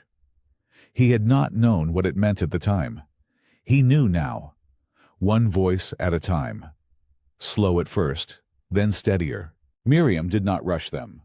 She stood beside the empty desks and listened to each one and wrote nothing down, because writing would have made it feel like testimony before they were ready for it to be testimony. She just let them speak, and let the words find the air. When the room grew quiet again, she crossed to her desk and broke a biscuit from the cloth-wrapped bundle she had brought from home. She walked to Toby and held it out. He took it. He looked down at it. Then he ate it standing right where he was, in the middle of the room, with people watching. He did not tuck it away. He did not check over his shoulder. He just ate. Caleb saw it through the window. He saw the boy eat, without hiding the food. He saw the older woman with the black shawl still sitting with her hands open in her lap, like she had just put something down and was not picking it back up. He saw Miriam at the front of the room, straight-backed and steady, the quilt panel on the desk behind her, with 4 sets of initials stitched into the cloth. He pressed one hand flat against the outside wall of the schoolhouse, feeling the rough wood under his palm. For the first time since he had found Toby in the dust, Caleb believed the town might actually have enough courage left to do what needed doing. The walk back to the cabin was quiet. Toby held Caleb's hand without being asked. His fingers were small and dry, and he matched his steps to Caleb's uneven stride without seeming to notice the limp. The evening air had cooled fast, the way it does in hill country when the sun drops below the ridge and takes all its warmth with it in a hurry. Caleb kept to the creek path. Habit. He had been using the long way around since finding those hoof prints near his door, and he was not about to stop now. Toby was quiet for a long stretch. Then he looked up. "Will Mama hear the church bell?" he asked. "When you all come for her? Will she hear it from inside the fence?" Caleb thought about that honestly. Black Vein Camp was a good distance from town. Hills between them, thick timber on the north slope. "I don't know if the bell carries that far," he said. Toby nodded slowly, like he had expected that answer and was already working around it. "Then, will you make some other sound?" he asked. "So she knows it's morning and somebody's coming?" Caleb looked down at the boy walking beside him in the near dark. "Yeah," he said. "We'll make sure she hears something." Toby seemed to accept that. He did not ask anything else. He just walked, holding Caleb's hand, watching the path in front of his feet. At the cabin, Caleb built up the stove and heated the last of the broth.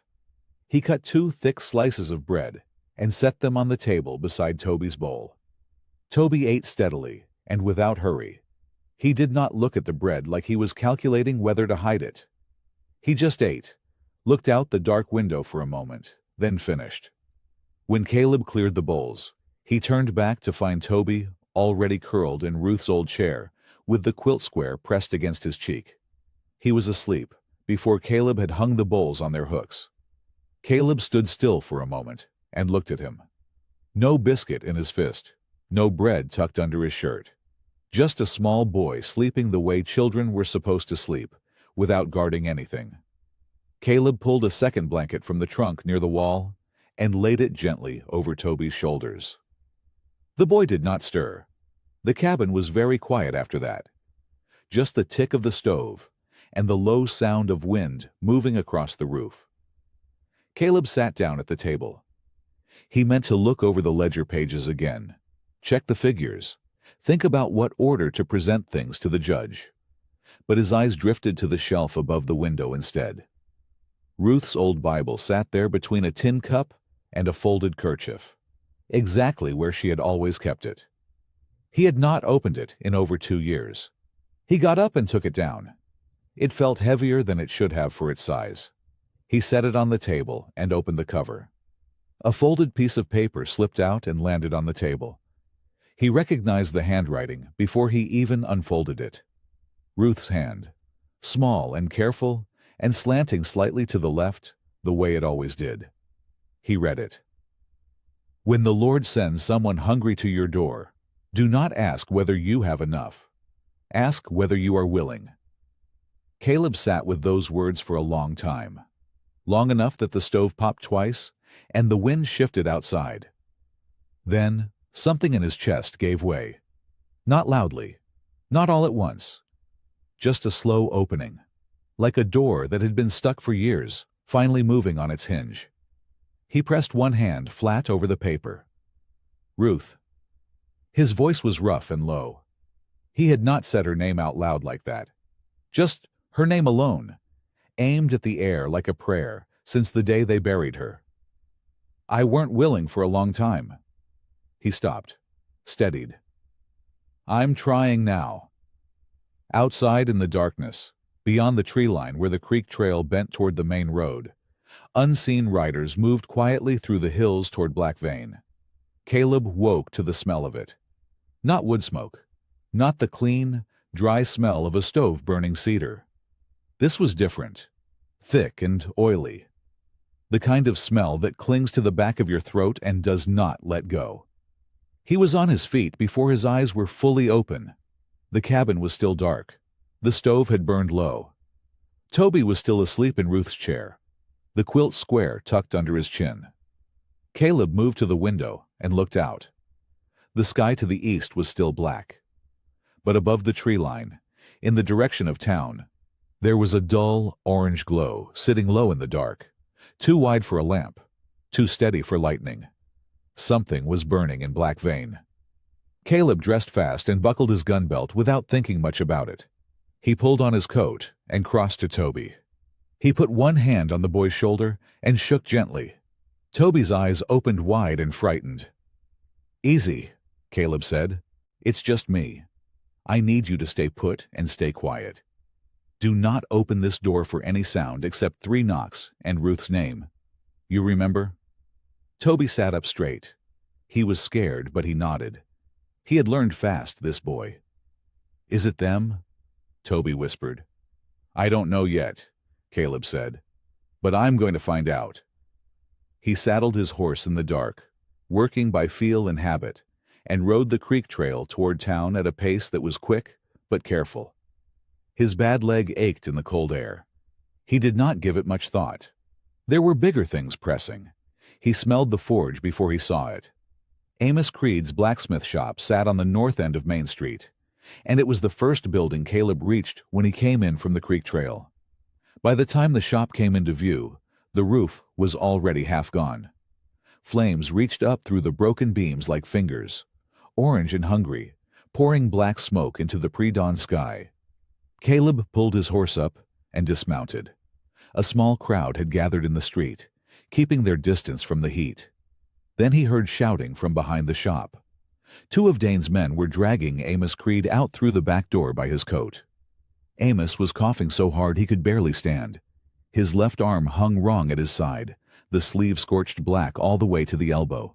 The skin below his rolled cuff was red and raw. Amos! Caleb called out, pushing through toward him. One of Dane's men stepped into his path. Young, hard-faced, hand resting on his holster. Back off, Rusk, the man said. This is county business. Caleb looked past him at Amos. Amos caught his eye and gave a small shake of his head. A warning. Don't push right now. Caleb stayed still. Across the street, another one of Dane's men was coming out the front door of the jailhouse. He had his hand on Deputy Eli's arm. Eli's wrists were bound in front of him with his own belt. His face was pale and tight, and he stared at the ground as he was walked toward the jail door. He did not look up at Caleb. Caleb stood in the street and took a slow breath. He counted what he could see. 2 men on Amos, 1 on Eli. The forge burning. The crowd watching with their eyes low, nobody speaking. Then a rider came fast down the far end of Main Street and pulled up near the schoolhouse. He did not knock. He simply pushed the door open and went inside. Caleb watched, his jaw tightened. A minute passed, maybe 2. Then the rider came back out, looked down the street, and called to the man still standing near Amos. Boy's been here, he shouted. Biscuit crumbs, Fresh ones. Gone now, though. The man near Amos looked at Caleb. Caleb looked back at him without moving. Sheriff Dane stepped out from the shadows beside the burned forge, his badge catching the firelight, and said nothing at all. He did not need to. His eyes said it plainly enough. He knew Caleb had allies, and he was done waiting. Caleb got one arm under Amos, and one of the townsmen got the other, and together they half-carried the big blacksmith down the street toward the church. Amos did not complain. He just breathed hard through his teeth and kept his burned arm pressed against his chest, not letting it swing. The crowd on Main Street parted to let them through, and then closed again behind them, like water, quiet and unwilling to hold any shape. Miriam was already at the church door when they arrived. She had come running from the schoolhouse at the first sound of the commotion, and she had Toby with her, his hand gripped tight in hers. The boy's eyes were wide and fixed on Amos. He had seen hurt people before. His face showed it. "Bring him to the vestry," Miriam said, and held the side door open. They laid Amos down on the long wooden bench against the wall. Miriam knelt beside him with a basin and a clean cloth, and began working on the burned arm without flinching. Amos hissed once when the cloth touched the worst of it, then went still and stared at the ceiling. "You'll keep the arm," Miriam said quietly. "But you'll feel it for a good while." "Feel it already," Amos said. Caleb stood near the door and looked at Toby. The boy was holding the quilt square in both hands, not saying anything. "Up to the loft," Caleb said gently. "Stay back from the edge and keep low. You hear me?" Toby nodded and climbed the narrow ladder at the back of the vestry without being told twice. Caleb listened until the small footsteps stopped moving above him. Then he turned to Miriam. "Pike," he said. "Have you seen him?"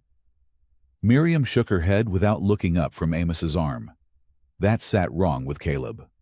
Pike had been shaky at the church meeting, angry and ashamed in equal measure, but he had not seemed like a man ready to run.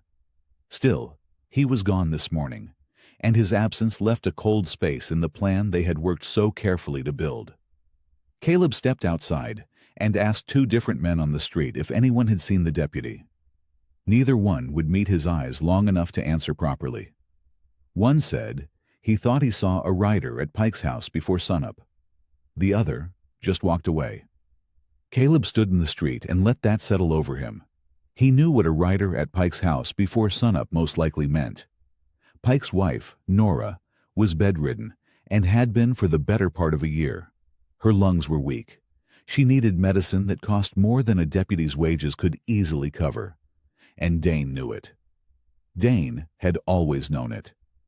That was the kind of detail a man like Dane kept filed away and ready for the day he needed it most. Caleb did not see what happened inside Pike's small house that morning. He only learned the shape of it later. But the result was plain enough. At noon, Sheriff Orrin Dane walked to the front of the jailhouse and nailed a folded paper to the wall beside the door. He smoothed it flat with one hand, stepped back, and crossed his arms. Word moved down Main Street the way bad news always does. Fast and quiet. Caleb read the notice from across the street. Deputy Samuel Pike's signature was at the bottom, shaky but there.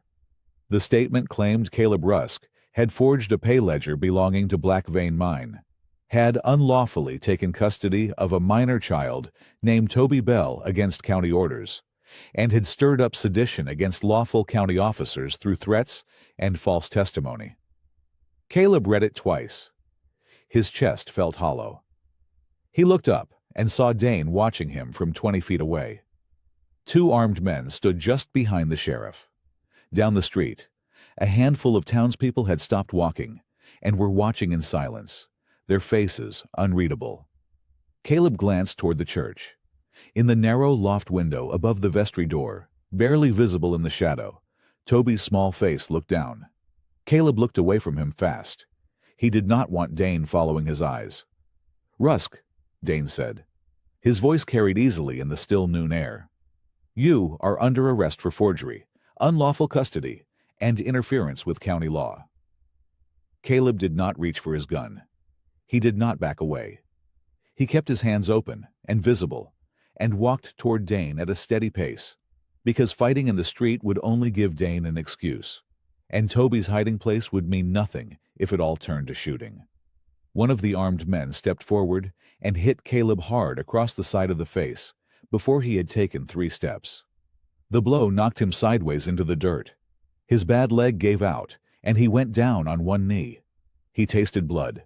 His gun was pulled from its holster before he could stand fully. His wrists were jerked behind him and bound. He did not look back up at the loft window. He kept his eyes on the ground as they dragged him toward the jail, because the one thing he could still do for Toby was make sure nobody else looked up there either. The jail door opened and closed behind him. Above the church, in the shadow of the loft, Toby Bell pressed both hands over his mouth and did not make a sound. The cell was small and smelled of old sweat and rust. Caleb sat on the edge of the cot with his wrists free now, his elbows on his knees, and pressed 2 fingers against his split lip. The bleeding had slowed. His bad leg was stretched out in front of him, throbbing from the fall in the street, and he let it rest that way, because bending it made it worse. The jail had 2 cells side by side with iron bars between them. In the next cell, Deputy Eli Ward sat on the floor with his back against the wall and his knees pulled up. He had a bruise high on his cheekbone, and his badge was gone from his shirt, leaving a small, pale square where the sun had never reached the fabric. Neither man spoke for a while. Outside, Main Street had gone quiet. That kind of quiet that a town gets when it decides it did not see what it just saw. It was Eli who broke the silence. "Before they took me," he said, not looking up from the floor, "I checked the filing ledger at the county records office." Caleb turned his head. "None of them," Eli said. "Not one of Dane's debt orders was filed with the territorial clerk. Not the Bell family, not the Harrows, not the Lyles, not the Mercers." He paused and rubbed the back of his neck. "They had the right paper. They had his seal, but they were never registered. There is no record of any of them in the official books." Caleb let that land. "So the whole thing was theater," Caleb said. "Yes." Eli's voice was flat with shame. "I carried those papers. I handed them to families at their doors. I told them it was the law." He finally looked up. His eyes were red at the edges. "I didn't check. I should have checked." "You should have," Caleb said. He did not say it cruelly. He said it the way a man states a true thing that needs stating. Eli nodded and looked back at the floor. Caleb leaned his head against the cold bars and stared at the ceiling. The proof they had was real. The ledger was real. The witnesses were real. Eli's discovery about the unfiled orders was one more plank in a floor that could hold Dane's full weight if they could only get it in front of the circuit judge. But the judge was not here yet, and the ledger was hidden somewhere in that schoolhouse or on Miriam's person. And Dane's men had already been through the schoolhouse once. And Amos was burned. And Pike had signed a paper that turned Caleb from a witness into a criminal. 2 days had felt like enough time yesterday. It did not feel like enough time now. The door at the front of the jail opened, and Sheriff Orrin Dane walked in. He moved without hurry, the way a man moves when he is sure of every room he enters. He pulled a chair from beside the deputy's desk, set it in front of Caleb's cell, and sat down in it backwards, arms resting across the top rail. He looked at Caleb for a long moment without speaking. "I'll make this simple," Dane said at last. His voice was low and even, almost pleasant. "Give me the boy and the ledger, both. The original pages, not copies." He tilted his head slightly. "You ride out of Black Vein County by sundown. No charges follow you. No riders. You disappear, and nobody looks." Caleb looked at him. "No," Caleb said. Dane studied him the way a man studies a fence post, deciding whether it is worth pulling out or just leaving to rot. "You think you are something. Dane said quietly. "You are not. You are a hired hand with a dead wife and a bad leg, and no one in this town who will stand beside you when it costs them." He stood and picked up the chair. "You are a broken man who found a lost child and told himself it meant something." He set the chair back against the wall. "It doesn't," Dane said. He walked to the front door and pushed it open and stepped into the light of Main Street. His voice carried back clearly. "If the boy and the ledger are not surrendered to my office by noon today, Caleb Rusk will hang for kidnapping and criminal fraud." A long silence followed. No boots shuffled, no voices rose. The street held its breath and said nothing. Dane let the door fall shut behind him. Caleb sat alone in the cell. His lip had started bleeding again. His leg ached all the way to the bone. And Dane's words sat in his chest like a stone dropped down a well, sinking slow and cold through the dark. A broken man with a dead wife and a bad leg. Part of him knew it was meant to wound. But another part, the part that had lived alone in that cabin for 8 quiet years, recognized the shape of it, recognized how easy it was to believe. He stared at the bars in front of him and said nothing. The church loft smelled of old wood and dust and the faint sweetness of dried wildflowers someone had hung from the rafters years ago and forgotten. Toby sat in the corner with his knees pulled to his chest, and Ruth's quilt square pressed flat against his shirt. Miriam had sewn the ledger pages inside the folded cloth, with quick, careful stitches not an hour ago, her needle moving fast and sure, while Toby watched with wide eyes. Now the square sat against his ribs, thin and crinkly, beneath the fabric, and he held it there with both arms, like it might fly away if he let go. Below, through the loft's single narrow window, Black Veins Main Street was quiet, in a way that felt wrong. The kind of quiet that comes after someone says something terrible out loud, and everyone decides not to argue with it. Toby had heard Dane's voice carry up from the street. He had heard every word. Miriam climbed the last rung of the loft ladder and settled beside him, smoothing her skirt and breathing steady the way she did when she wanted the children in her classroom to calm down without being told to. Toby did not look at her. He kept his eyes on the window. "He is going to hang because of me," Toby said. "No," Miriam said. "He found me." Toby's voice was very small. "He didn't have to keep me. He could have given me back." "He could have," Miriam said. "He chose not to. Because of me." Toby finally looked at her. His eyes were dry, which was somehow worse than if he had been crying. "That's still because of me." Miriam did not look away from him. She reached out and tucked a piece of his hair back from his forehead with 2 fingers, gentle and quick. "Toby," she said, "Caleb protected you so that you could live. That is the whole reason. Not so you could feel guilty about it. So you could live." Toby looked back at the window. "Mama said to run until I found somebody whose eyes didn't look bought." He was quiet for a moment. "Caleb's eyes didn't look bought. Neither do yours. Neither does Mr. Creed's." "That's right," Miriam said softly. "Mama was trying to find good people too." Toby pressed the quilt square harder against his chest. "She trusted me to do it." He turned and looked at Miriam again, and there was something in his face that was older than 6 years old ought to be. "Maybe good people are waiting for somebody little to start." Miriam opened her mouth, and then closed it again. There was nothing to add to that. Toby stood up. He did not ask permission. He moved to the ladder with the quilt square still held against him, and climbed down one careful rung at a time, his small boots finding each step without looking. Miriam followed behind him, close enough to catch him if he slipped. He walked through the nave of the church, past the rows of empty pews, past the window that let in a blade of mid-morning light, and through the narrow door into the vestry. Amos Creed was lying on the bench there, his burned arm wrapped in white cloth that Miriam had bound tight. His face was the color of ash. But his eyes were open, and they tracked Toby as the boy came in, and stopped beside him. "Mr. Creed," Toby said. "Boy," Amos said. His voice was rough and low. Toby looked at the bell rope that hung in the corner of the vestry, looped neatly on a hook beside the door. He looked back at Amos. "Will you help me ring it?" he asked. Amos went still. Then he shook his head slowly. "They'll know exactly where we are." "Yes, sir," Toby said.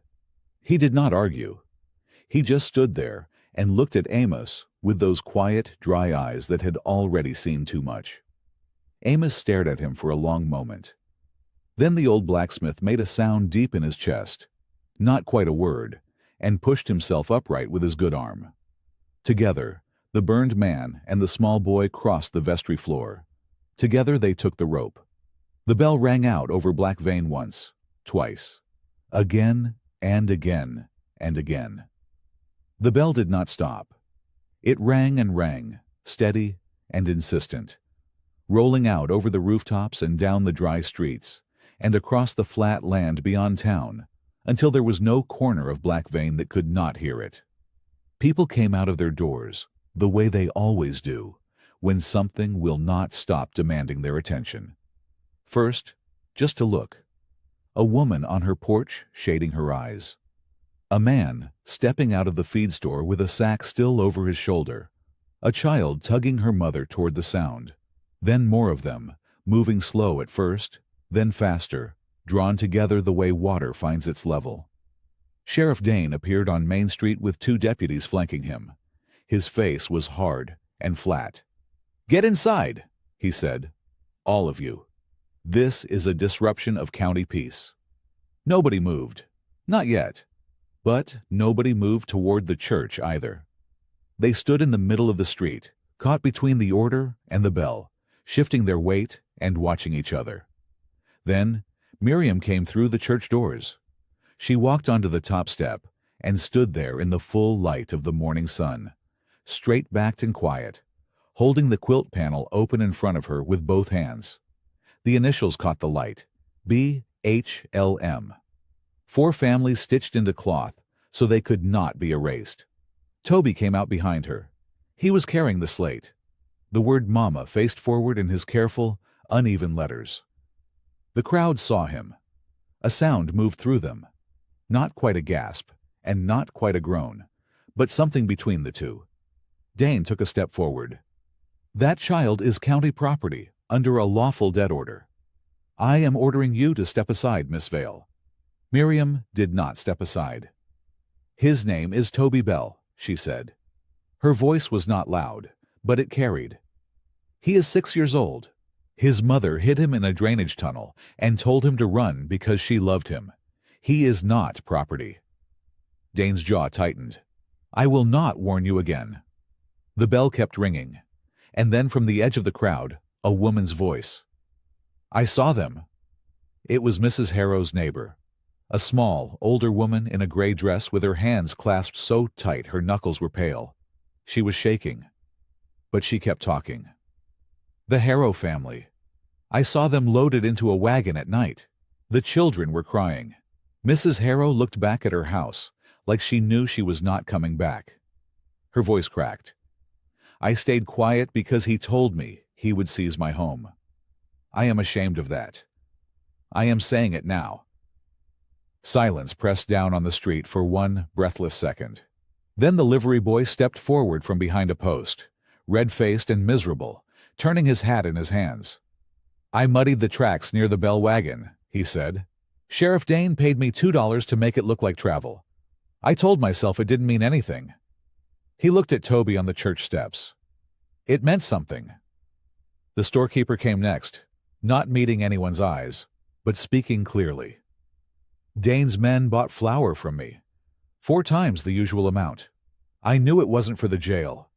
It was too much. I didn't ask where it was going."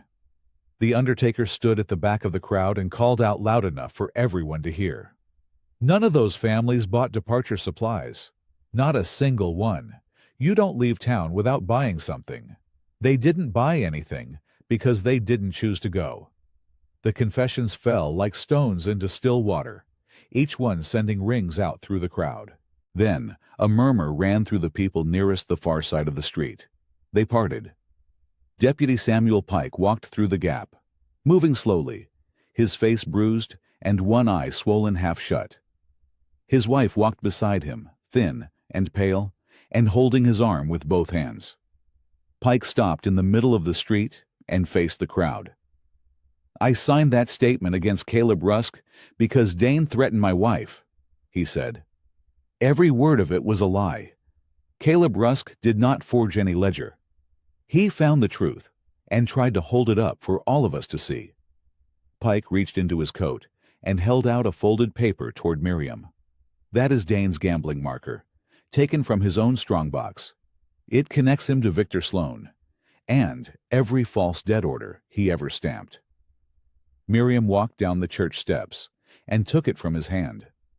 The crowd stood for a moment in the ringing silence. Then, without anyone giving an order, they turned toward the jail. The crowd moved as one body down Main Street, quiet but determined, the kind of quiet that is louder than shouting. Sheriff Dane heard them coming. He stepped out of the jail with a shotgun in his hands, planting himself wide in the doorway. His two deputies fanned out on either side of him. His face showed nothing at first. Then he saw how many people there were, and something shifted behind his eyes. "You will all stop right there," he said. His voice was iron. "This is an unlawful gathering. I will arrest every man and woman who does not turn around." Nobody turned around. Miriam walked to the front of the crowd and stopped 20 feet from him, the quilt panel still folded over her arm. Her voice was calm and steady. "The circuit judge's clerk has been sent for at the North Road," she said. "He is already on his way into town. Everything you have done, every false order, every name in that ledger, is about to be laid in front of lawful territorial authority." Dane's grip tightened on the shotgun. "You are interfering with county business." "No," Miriam said. "We are ending it." Pike stepped up beside her. He reached into his coat a second time and held Dane's gambling marker up where the whole crowd could see it clearly in the noon light. "This came from your own strongbox, Orrin," Pike said. His voice was raw, like a man who had swallowed something sharp. "Your mark is on it beside Victor Sloan's name. Everybody here can see what that means." Dane stared at the marker. A muscle moved in his jaw. Amos Creed came forward on the other side of Miriam, leaning on a younger ranch hand, who steadied him with both hands. Amos's burned arm was wrapped tight in cloth. His face was gray with pain, but his eyes were steady and clear. "I shod your horses," Amos said. "I fixed your shackles. I told myself I didn't know what they were for." He looked Dane hard in the face. "I am done. I have forged my last chain for you." A low sound of agreement moved through the crowd behind him. Dane swung the shotgun up. He did not get it level. Pike moved first, grabbing the barrel with both hands and wrenching it sideways. Two ranch hands surged forward at the same moment. The deputies stepped back without raising their weapons. It was over in seconds. Dane was pressed against the jail wall with his arms pinned, the shotgun gone, 3 sets of hands holding him in place. Inside the jail, Caleb had been listening through the barred window. He heard the bell. He heard the voices. He heard Pike recant. He pressed himself to the bars and looked out as far as he could see, watching the crowd turn and move. His bad leg was throbbing. His lip had dried and crusted where Dane's men had split it, but his eyes were clear. Then, metal scraped against stone across the cell block. Eli's arm shot through the bars of the neighboring cell, a ring of keys swinging from his fingers. "Catch," Eli said. Caleb caught them on the first try. He had the cell door open in under a minute. He unlocked Eli's cell next, and both men walked out into the street together. The crowd saw Caleb, and a sound went through them, something between relief and anger, all tangled up. 3 men were already pulling Dane away from the wall, and another had his fist cocked back. "Stop," Caleb said. His voice was not loud, but it landed hard, and the fist came down. He walked to where Dane was being held and stood in front of him. His limp was visible and unhurried. He looked at the crowd and then at the men holding Dane's arms. "We are not going to beat him," Caleb said. "We are going to do this clean. We are going to let the law handle it the right way. Or we are no better than what we are trying to end." Some faces in the crowd looked disappointed. Others looked relieved. Caleb turned to Eli. "You have the authority. Bind him proper." Eli did. Dane said nothing while his wrists were tied. His silence was the worst thing about him. Even now, he looked like a man who believed he would find a way out. Caleb stepped back and looked at Miriam. Then, at the mountains to the north, dark and distant against the pale sky. His jaw set. "The judge can have Dane when he gets here," Caleb said. "But those families are still behind a fence right now. Every hour we wait is another hour they are in chains." The afternoon sun was still high and hot when Caleb turned back to the crowd on Main Street and said 4 words. "We have work to do." Nobody argued. Nobody drifted away. Something had changed in the people of Black Vein, the way a bone sets differently after it heals. They were not the same folks who had looked at their boots when Caleb rode through town asking questions. They were ashamed enough now to be useful. Miriam organized them the way she organized her classroom. Quietly and without waste. She pointed at the liveryman and told him to ready 3 wagons with fresh teams. She pointed at 2 older women and asked them to gather every spare blanket, quilt, and coat they could find. She pointed at the storekeeper, who flinched when her eyes landed on him, and told him to load flour, salt pork, dried beans, and as much clean water as 4 barrels could hold. He nodded fast and did not try to bargain. Amos could not lift with his burned arm, but he sat on a barrel outside the livery and told younger men exactly which tools to pull from his ruined forge. Bolt cutters, a short-handled sledge, 2 cold chisels, and a pry bar. His voice was steady, even if his face was pale with pain, and the men listened to him the way men listen to someone who has paid for their knowledge the hard way. Eli went back into the jail and pulled every file related to Black Vein Camp from Dane's office. He spread them on the table in the outer room and worked through them carefully, separating the false orders from the few genuine county documents. He made 2 copies of everything important in his own hand, his writing slow and careful and deliberate. When he pressed the pen too hard and tore a corner of 1 page, he set it aside, breathed, and started again. Pike sat outside on the jail step in the afternoon shade. He was not drunk anymore. He looked like a man who had emptied himself out and was waiting to see what would grow back. His wife had gone home to rest, but she had squeezed his hand before she left, and he was holding on to that. Caleb spent the afternoon on his feet, moving between each group, checking what was being packed and what was being missed. His leg ached steadily. He did not stop. Toby stayed close to Miriam until late afternoon, when he quietly found Caleb near the 2nd wagon and stood beside him without speaking. Caleb looked down at the boy. Toby's eyes were watching the road north, toward the mountains. Caleb put a hand briefly on the boy's shoulder and left it there for a moment. The circuit judge's clerk rode in just as the sun touched the top of the western hills. He was a narrow man with wire glasses and a brown coat, dusty from the road. He introduced himself as Mr. Aldous Crane and said he had received an urgent message about irregularities in county debt proceedings. Miriam brought him inside the schoolhouse and laid everything on her desk. The ledger pages, the copied debt orders, Eli's notes about the missing filing numbers, Pike's written recantation, the witness statements from Mrs. Harrow's neighbor, the livery boy, the storekeeper, and 4 others, the quilt panel. Crane read slowly and without expression. He turned each page with care and asked 3 precise questions. Miriam answered 2 of them. Eli answered the 3rd. Crane removed his glasses, cleaned them with his handkerchief, and put them back on. "These dead orders are not valid instruments of territorial law," he said. "They were never filed. They carry no clerk's number. They are documents of appearance, not authority." He closed the folder. "I will accompany your party at first light. I have already sent my rider back for the judge." Nobody cheered.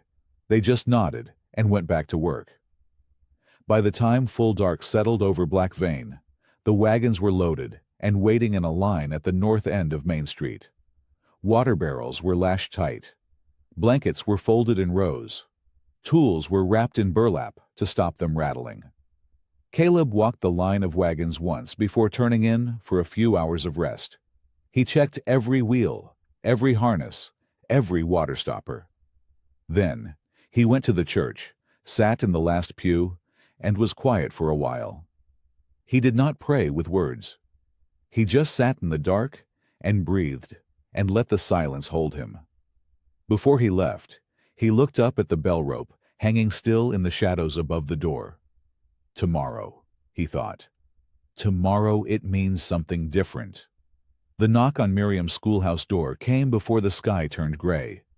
Caleb had not slept much, but he felt steady. He had his rifle, his canteen, and the original ledger pages, wrapped in oilcloth inside his coat.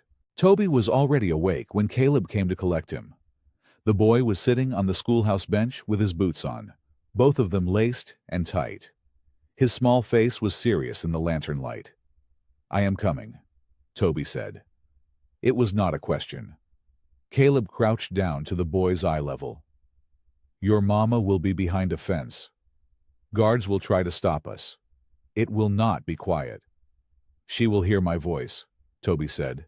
"She knows it." Caleb held the boy's gaze for a long moment. "You ride in the center wagon with Miss Miriam. You do not get down until I come for you. You understand?" Toby nodded once, serious and certain, like a boy who had already been through enough to know what a promise cost. The party assembled at the north end of Main Street, as the first pale edge of light began to separate the sky from the hills. Wagons, horses, townspeople on foot, Eli with his badge and the files, Pike wrapped in a coat beside his horse, Amos on the second wagon bench, with his bolt cutters laid across his good arm, and Crane with his brown coat and his folder of evidence. Miriam helped Toby up into the center wagon and settled the quilt square into his hands. He held it against his chest. Caleb mounted his horse. Behind them, the church bell rang once. A single, clear, low note that rolled out across the rooftops and faded slowly into the cool morning air. Not an alarm. Not a call to worship. Just a sound that said something had happened here, and the people of Black Vein were finally moving toward what they should have moved toward long ago. Nobody spoke as the party left town. The road north was pale and quiet, the dust not yet stirred by the heat of the day. The mountains ahead were dark shapes against a sky just beginning to lighten at the edges. The mineworks of Black Vein Camp appeared first as a smear of smoke above the tree line, gray and slow, climbing straight up in the windless morning air. Then the fence came into view. Post and wire, running wide across the hillside, with a gate of rough timber at the center. 2 armed guards stood at the gate in the early gray light, watching the road. Lanterns hung on either side of the gate frame, still burning from the night. Caleb pulled his horse to a steady walk and kept moving forward. The 2 guards at the gate did not move when the wagons came to a stop. The taller one held his rifle across his chest and looked at Caleb the way men look at trouble they were hoping would not arrive. The shorter one stepped sideways to block the gate latch and set his jaw. "Camp's closed to visitors," the tall one said. "These workers are under lawful debt labor order by authority of Sheriff Orrin Dane of Black Vein County." "Sheriff Dane is in chains in his own jail," Caleb said. His voice was even. Not angry, just plain and true, the way a man speaks when he has nothing left to hide. "He will not be giving orders today." The guard's eyes moved across the line of wagons, counting faces, weighing odds. He saw Eli in a deputy's badge. He saw Amos with his burned arm and his bolt cutters. He saw the women and the ranch hands and the storekeeper who had finally found his spine. His jaw tightened, but he did not step aside. "I got my orders in writing," he said. Caleb reached into his coat and drew out the oilcloth packet. He unfolded it slowly and held the ledger pages forward so the guard could see the columns of names and numbers in the growing morning light. "And I have the mine's own pay ledger," Caleb said, showing every family in that camp had their wages stolen through false fees, signed over to Sheriff Dane. Not debt collection, not county law, theft. Miriam stepped down from the second wagon. She walked to the gate without hurrying and held up the quilt panel so it caught the pale dawn light. The stitched initials were clear: Bell, Harrow, Lyle, Mercer. "These are their names," she said quietly. "Not their debts. Their names." Pike came forward next. He moved stiffly, like a man carrying something heavy inside. But he moved. He held out his written recantation and spoke loud enough for the guards to hear every word. He told them what Dane had threatened, what orders he had followed without questioning, and what those orders had done to innocent families. His voice cracked once. He kept going. Then Aldous Crane stepped forward from the lead wagon. He opened his folder, found the document he wanted, and read from it in a clear and practiced voice. He cited the territorial statute, the lack of valid filing numbers on Dane's orders, and the authority granted to a circuit court clerk pending the judge's arrival. He concluded by declaring Black Vein Camp under immediate territorial seizure. The tall guard looked at his partner. His partner looked at the ground. Neither of them had signed on to hold families at gunpoint against a territorial court order with a crowd of witnesses watching. The silence stretched thin. And then a sound came from behind the fence. It was a child's voice, small and high and certain. "Mama." Toby had slipped down from the center wagon without anyone seeing him do it. He was standing 3 feet from the gate, with his hands at his sides and his chin lifted, and he called again, louder this time. "Mama, it is me. It is Toby." For a moment, nothing happened. Then came the sound of running feet on hard dirt, stumbling steps, a woman's voice breaking open like something that had been sealed shut for too long. Clara Bell appeared at the fence. She was thin. Her dress was torn at the shoulder and stained with mine dust, and her hair had come loose, and her hands gripped the gate timber like she was afraid the world might tilt again. But her eyes were alive. They found Toby, and they did not look away. The tall guard stepped back from the latch. The gate opened. Toby ran. He crossed the gap between them in 4 small steps, and threw himself into his mother's arms. And Clara Bell went down to her knees in the dirt, with her son pressed against her chest, both arms wrapped around him so tight it seemed like she would never let the world take anything from her again. Toby's father came through the gate next, limping, hollow-faced, and dropped beside them. His little sister followed, bare feet on the cold ground, and buried her face in her brother's back. They stayed like that, all 4 of them in the dust, holding on. Caleb sat on his horse and watched. He did not speak. He did not move. He just let the moment be what it was. Clara Bell lifted her face from her son's hair and looked across the distance at the weathered man on the gray horse. She did not know his name yet. She did not need to. She understood, the way mothers understand things without being told, that this was the man who had not handed her boy back. "God found one good man on the road," she said. Caleb looked at Toby, still pressed against his mother's shoulder, one hand fisted in her dress. "No, ma'am," he said. "Your boy found a whole town." The chains came off before the morning was done. Amos moved through the camp with his bolt cutters, working quietly and steadily, cutting iron from wrists and ankles with the same hands that had forged it. He did not speak much. When he reached an older woman whose wrists were raw beneath the cuffs, he stopped and asked her name before he cut. she told him. He said it back to her, like it mattered, because it did. Eli walked the camp with a notebook and wrote down every name, every family, every account of what had been done and by whose order. Some people spoke to him without hesitation. Others looked at his badge with eyes that had reason not to trust it. He did not push them. He wrote what they were willing to give and told the rest they could speak to the judge when the time came. Pike found Mrs. Mercer near the cook tent. Her husband was sitting against a post, one arm wrapped and splinted from a break that had never been properly set. Pike knelt in the dirt in front of her, without being asked to. He told her what he had done, and what he had failed to do. Mrs. Mercer was quiet for a long time. Then she said, "Spend the rest of your life being brave." Pike nodded, and did not trust himself to speak. By midday, the captive families were loaded into wagons with blankets, water, and what food the rescue party had brought. Children rode on laps and in arms. Men who could walk helped those who could not. The road back to Black Vein was slow and full and loud with the sound of people who had been silent too long. Caleb rode at the front. He found Clarabelle's hymn book in the camp office, sitting on a shelf beside a ledger of confiscated belongings.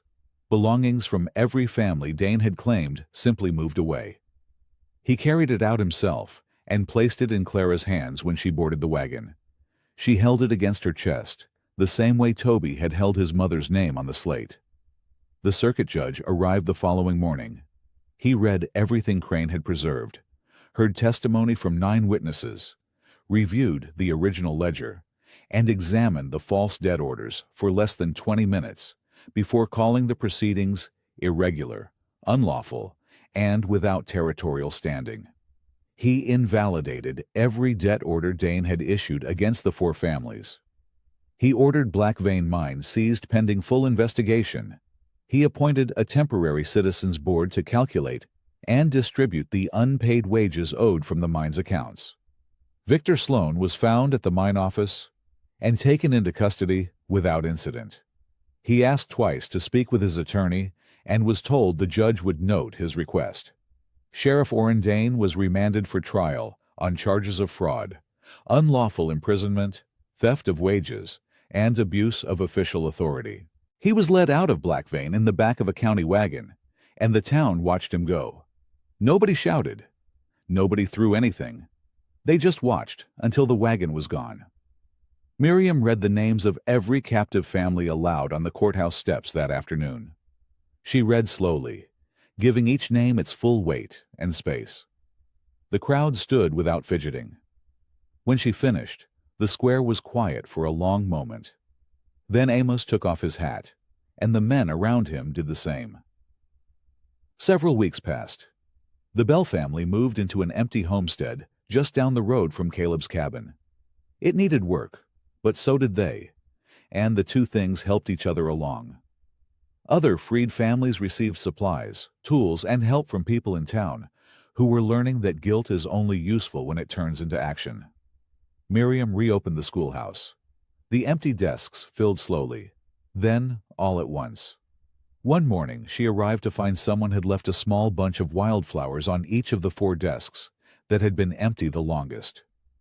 She never found out who left them. She left them there until they dried, and then she pressed them inside her lesson book. Amos rebuilt his forge, with half the town pitching in.